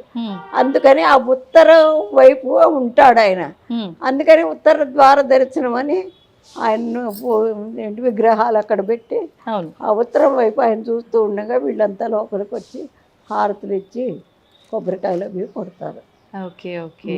అది ఇప్పుడు ఏకాదశి అంటే ఉపవాసం కూడా చాలా ప్రాధాన్యం. ఏకాదశి ఉపవాసం ఏ విధంగా చేయాలమ్మా? ఏకాదశి ఉపవాసం అంటే కొంతమంది ఇవాళ రేపు ఏం చేస్తున్నారంటే సాయంత్రం దాకా ఉండి అప్పుడు భోజనం చేస్తున్నారు. అసలు ఏకాదశి అంటే ఇవాళ తెల్లవారుజాము నుంచి రేపు తెల్లవారేదాకా అసలు ఏమీ తినకూడదు. తినకూడదు అంటే అది కూడా సైన్సే. లోపల ఉన్నదంతా శుభ్రంగా బయటికి వెళ్ళిపోతుంది, అది క్లీన్ అయిపోతుంది శరీరం కూడా. మర్నాడు పెందలాడి తింటారు, ఎందుకంటే మళ్ళీ వీడికి ఏదో ఏంటి ఒక తిప్పుడు వచ్చి లేకపోతే నీరసం వచ్చి పడిపోతాడు కదా. అందుకని 7:30, 8 అయ్యేసరికి తినేయాలి భోజనం. అది అందుకని ఈ పద్ధతి. Okay okay.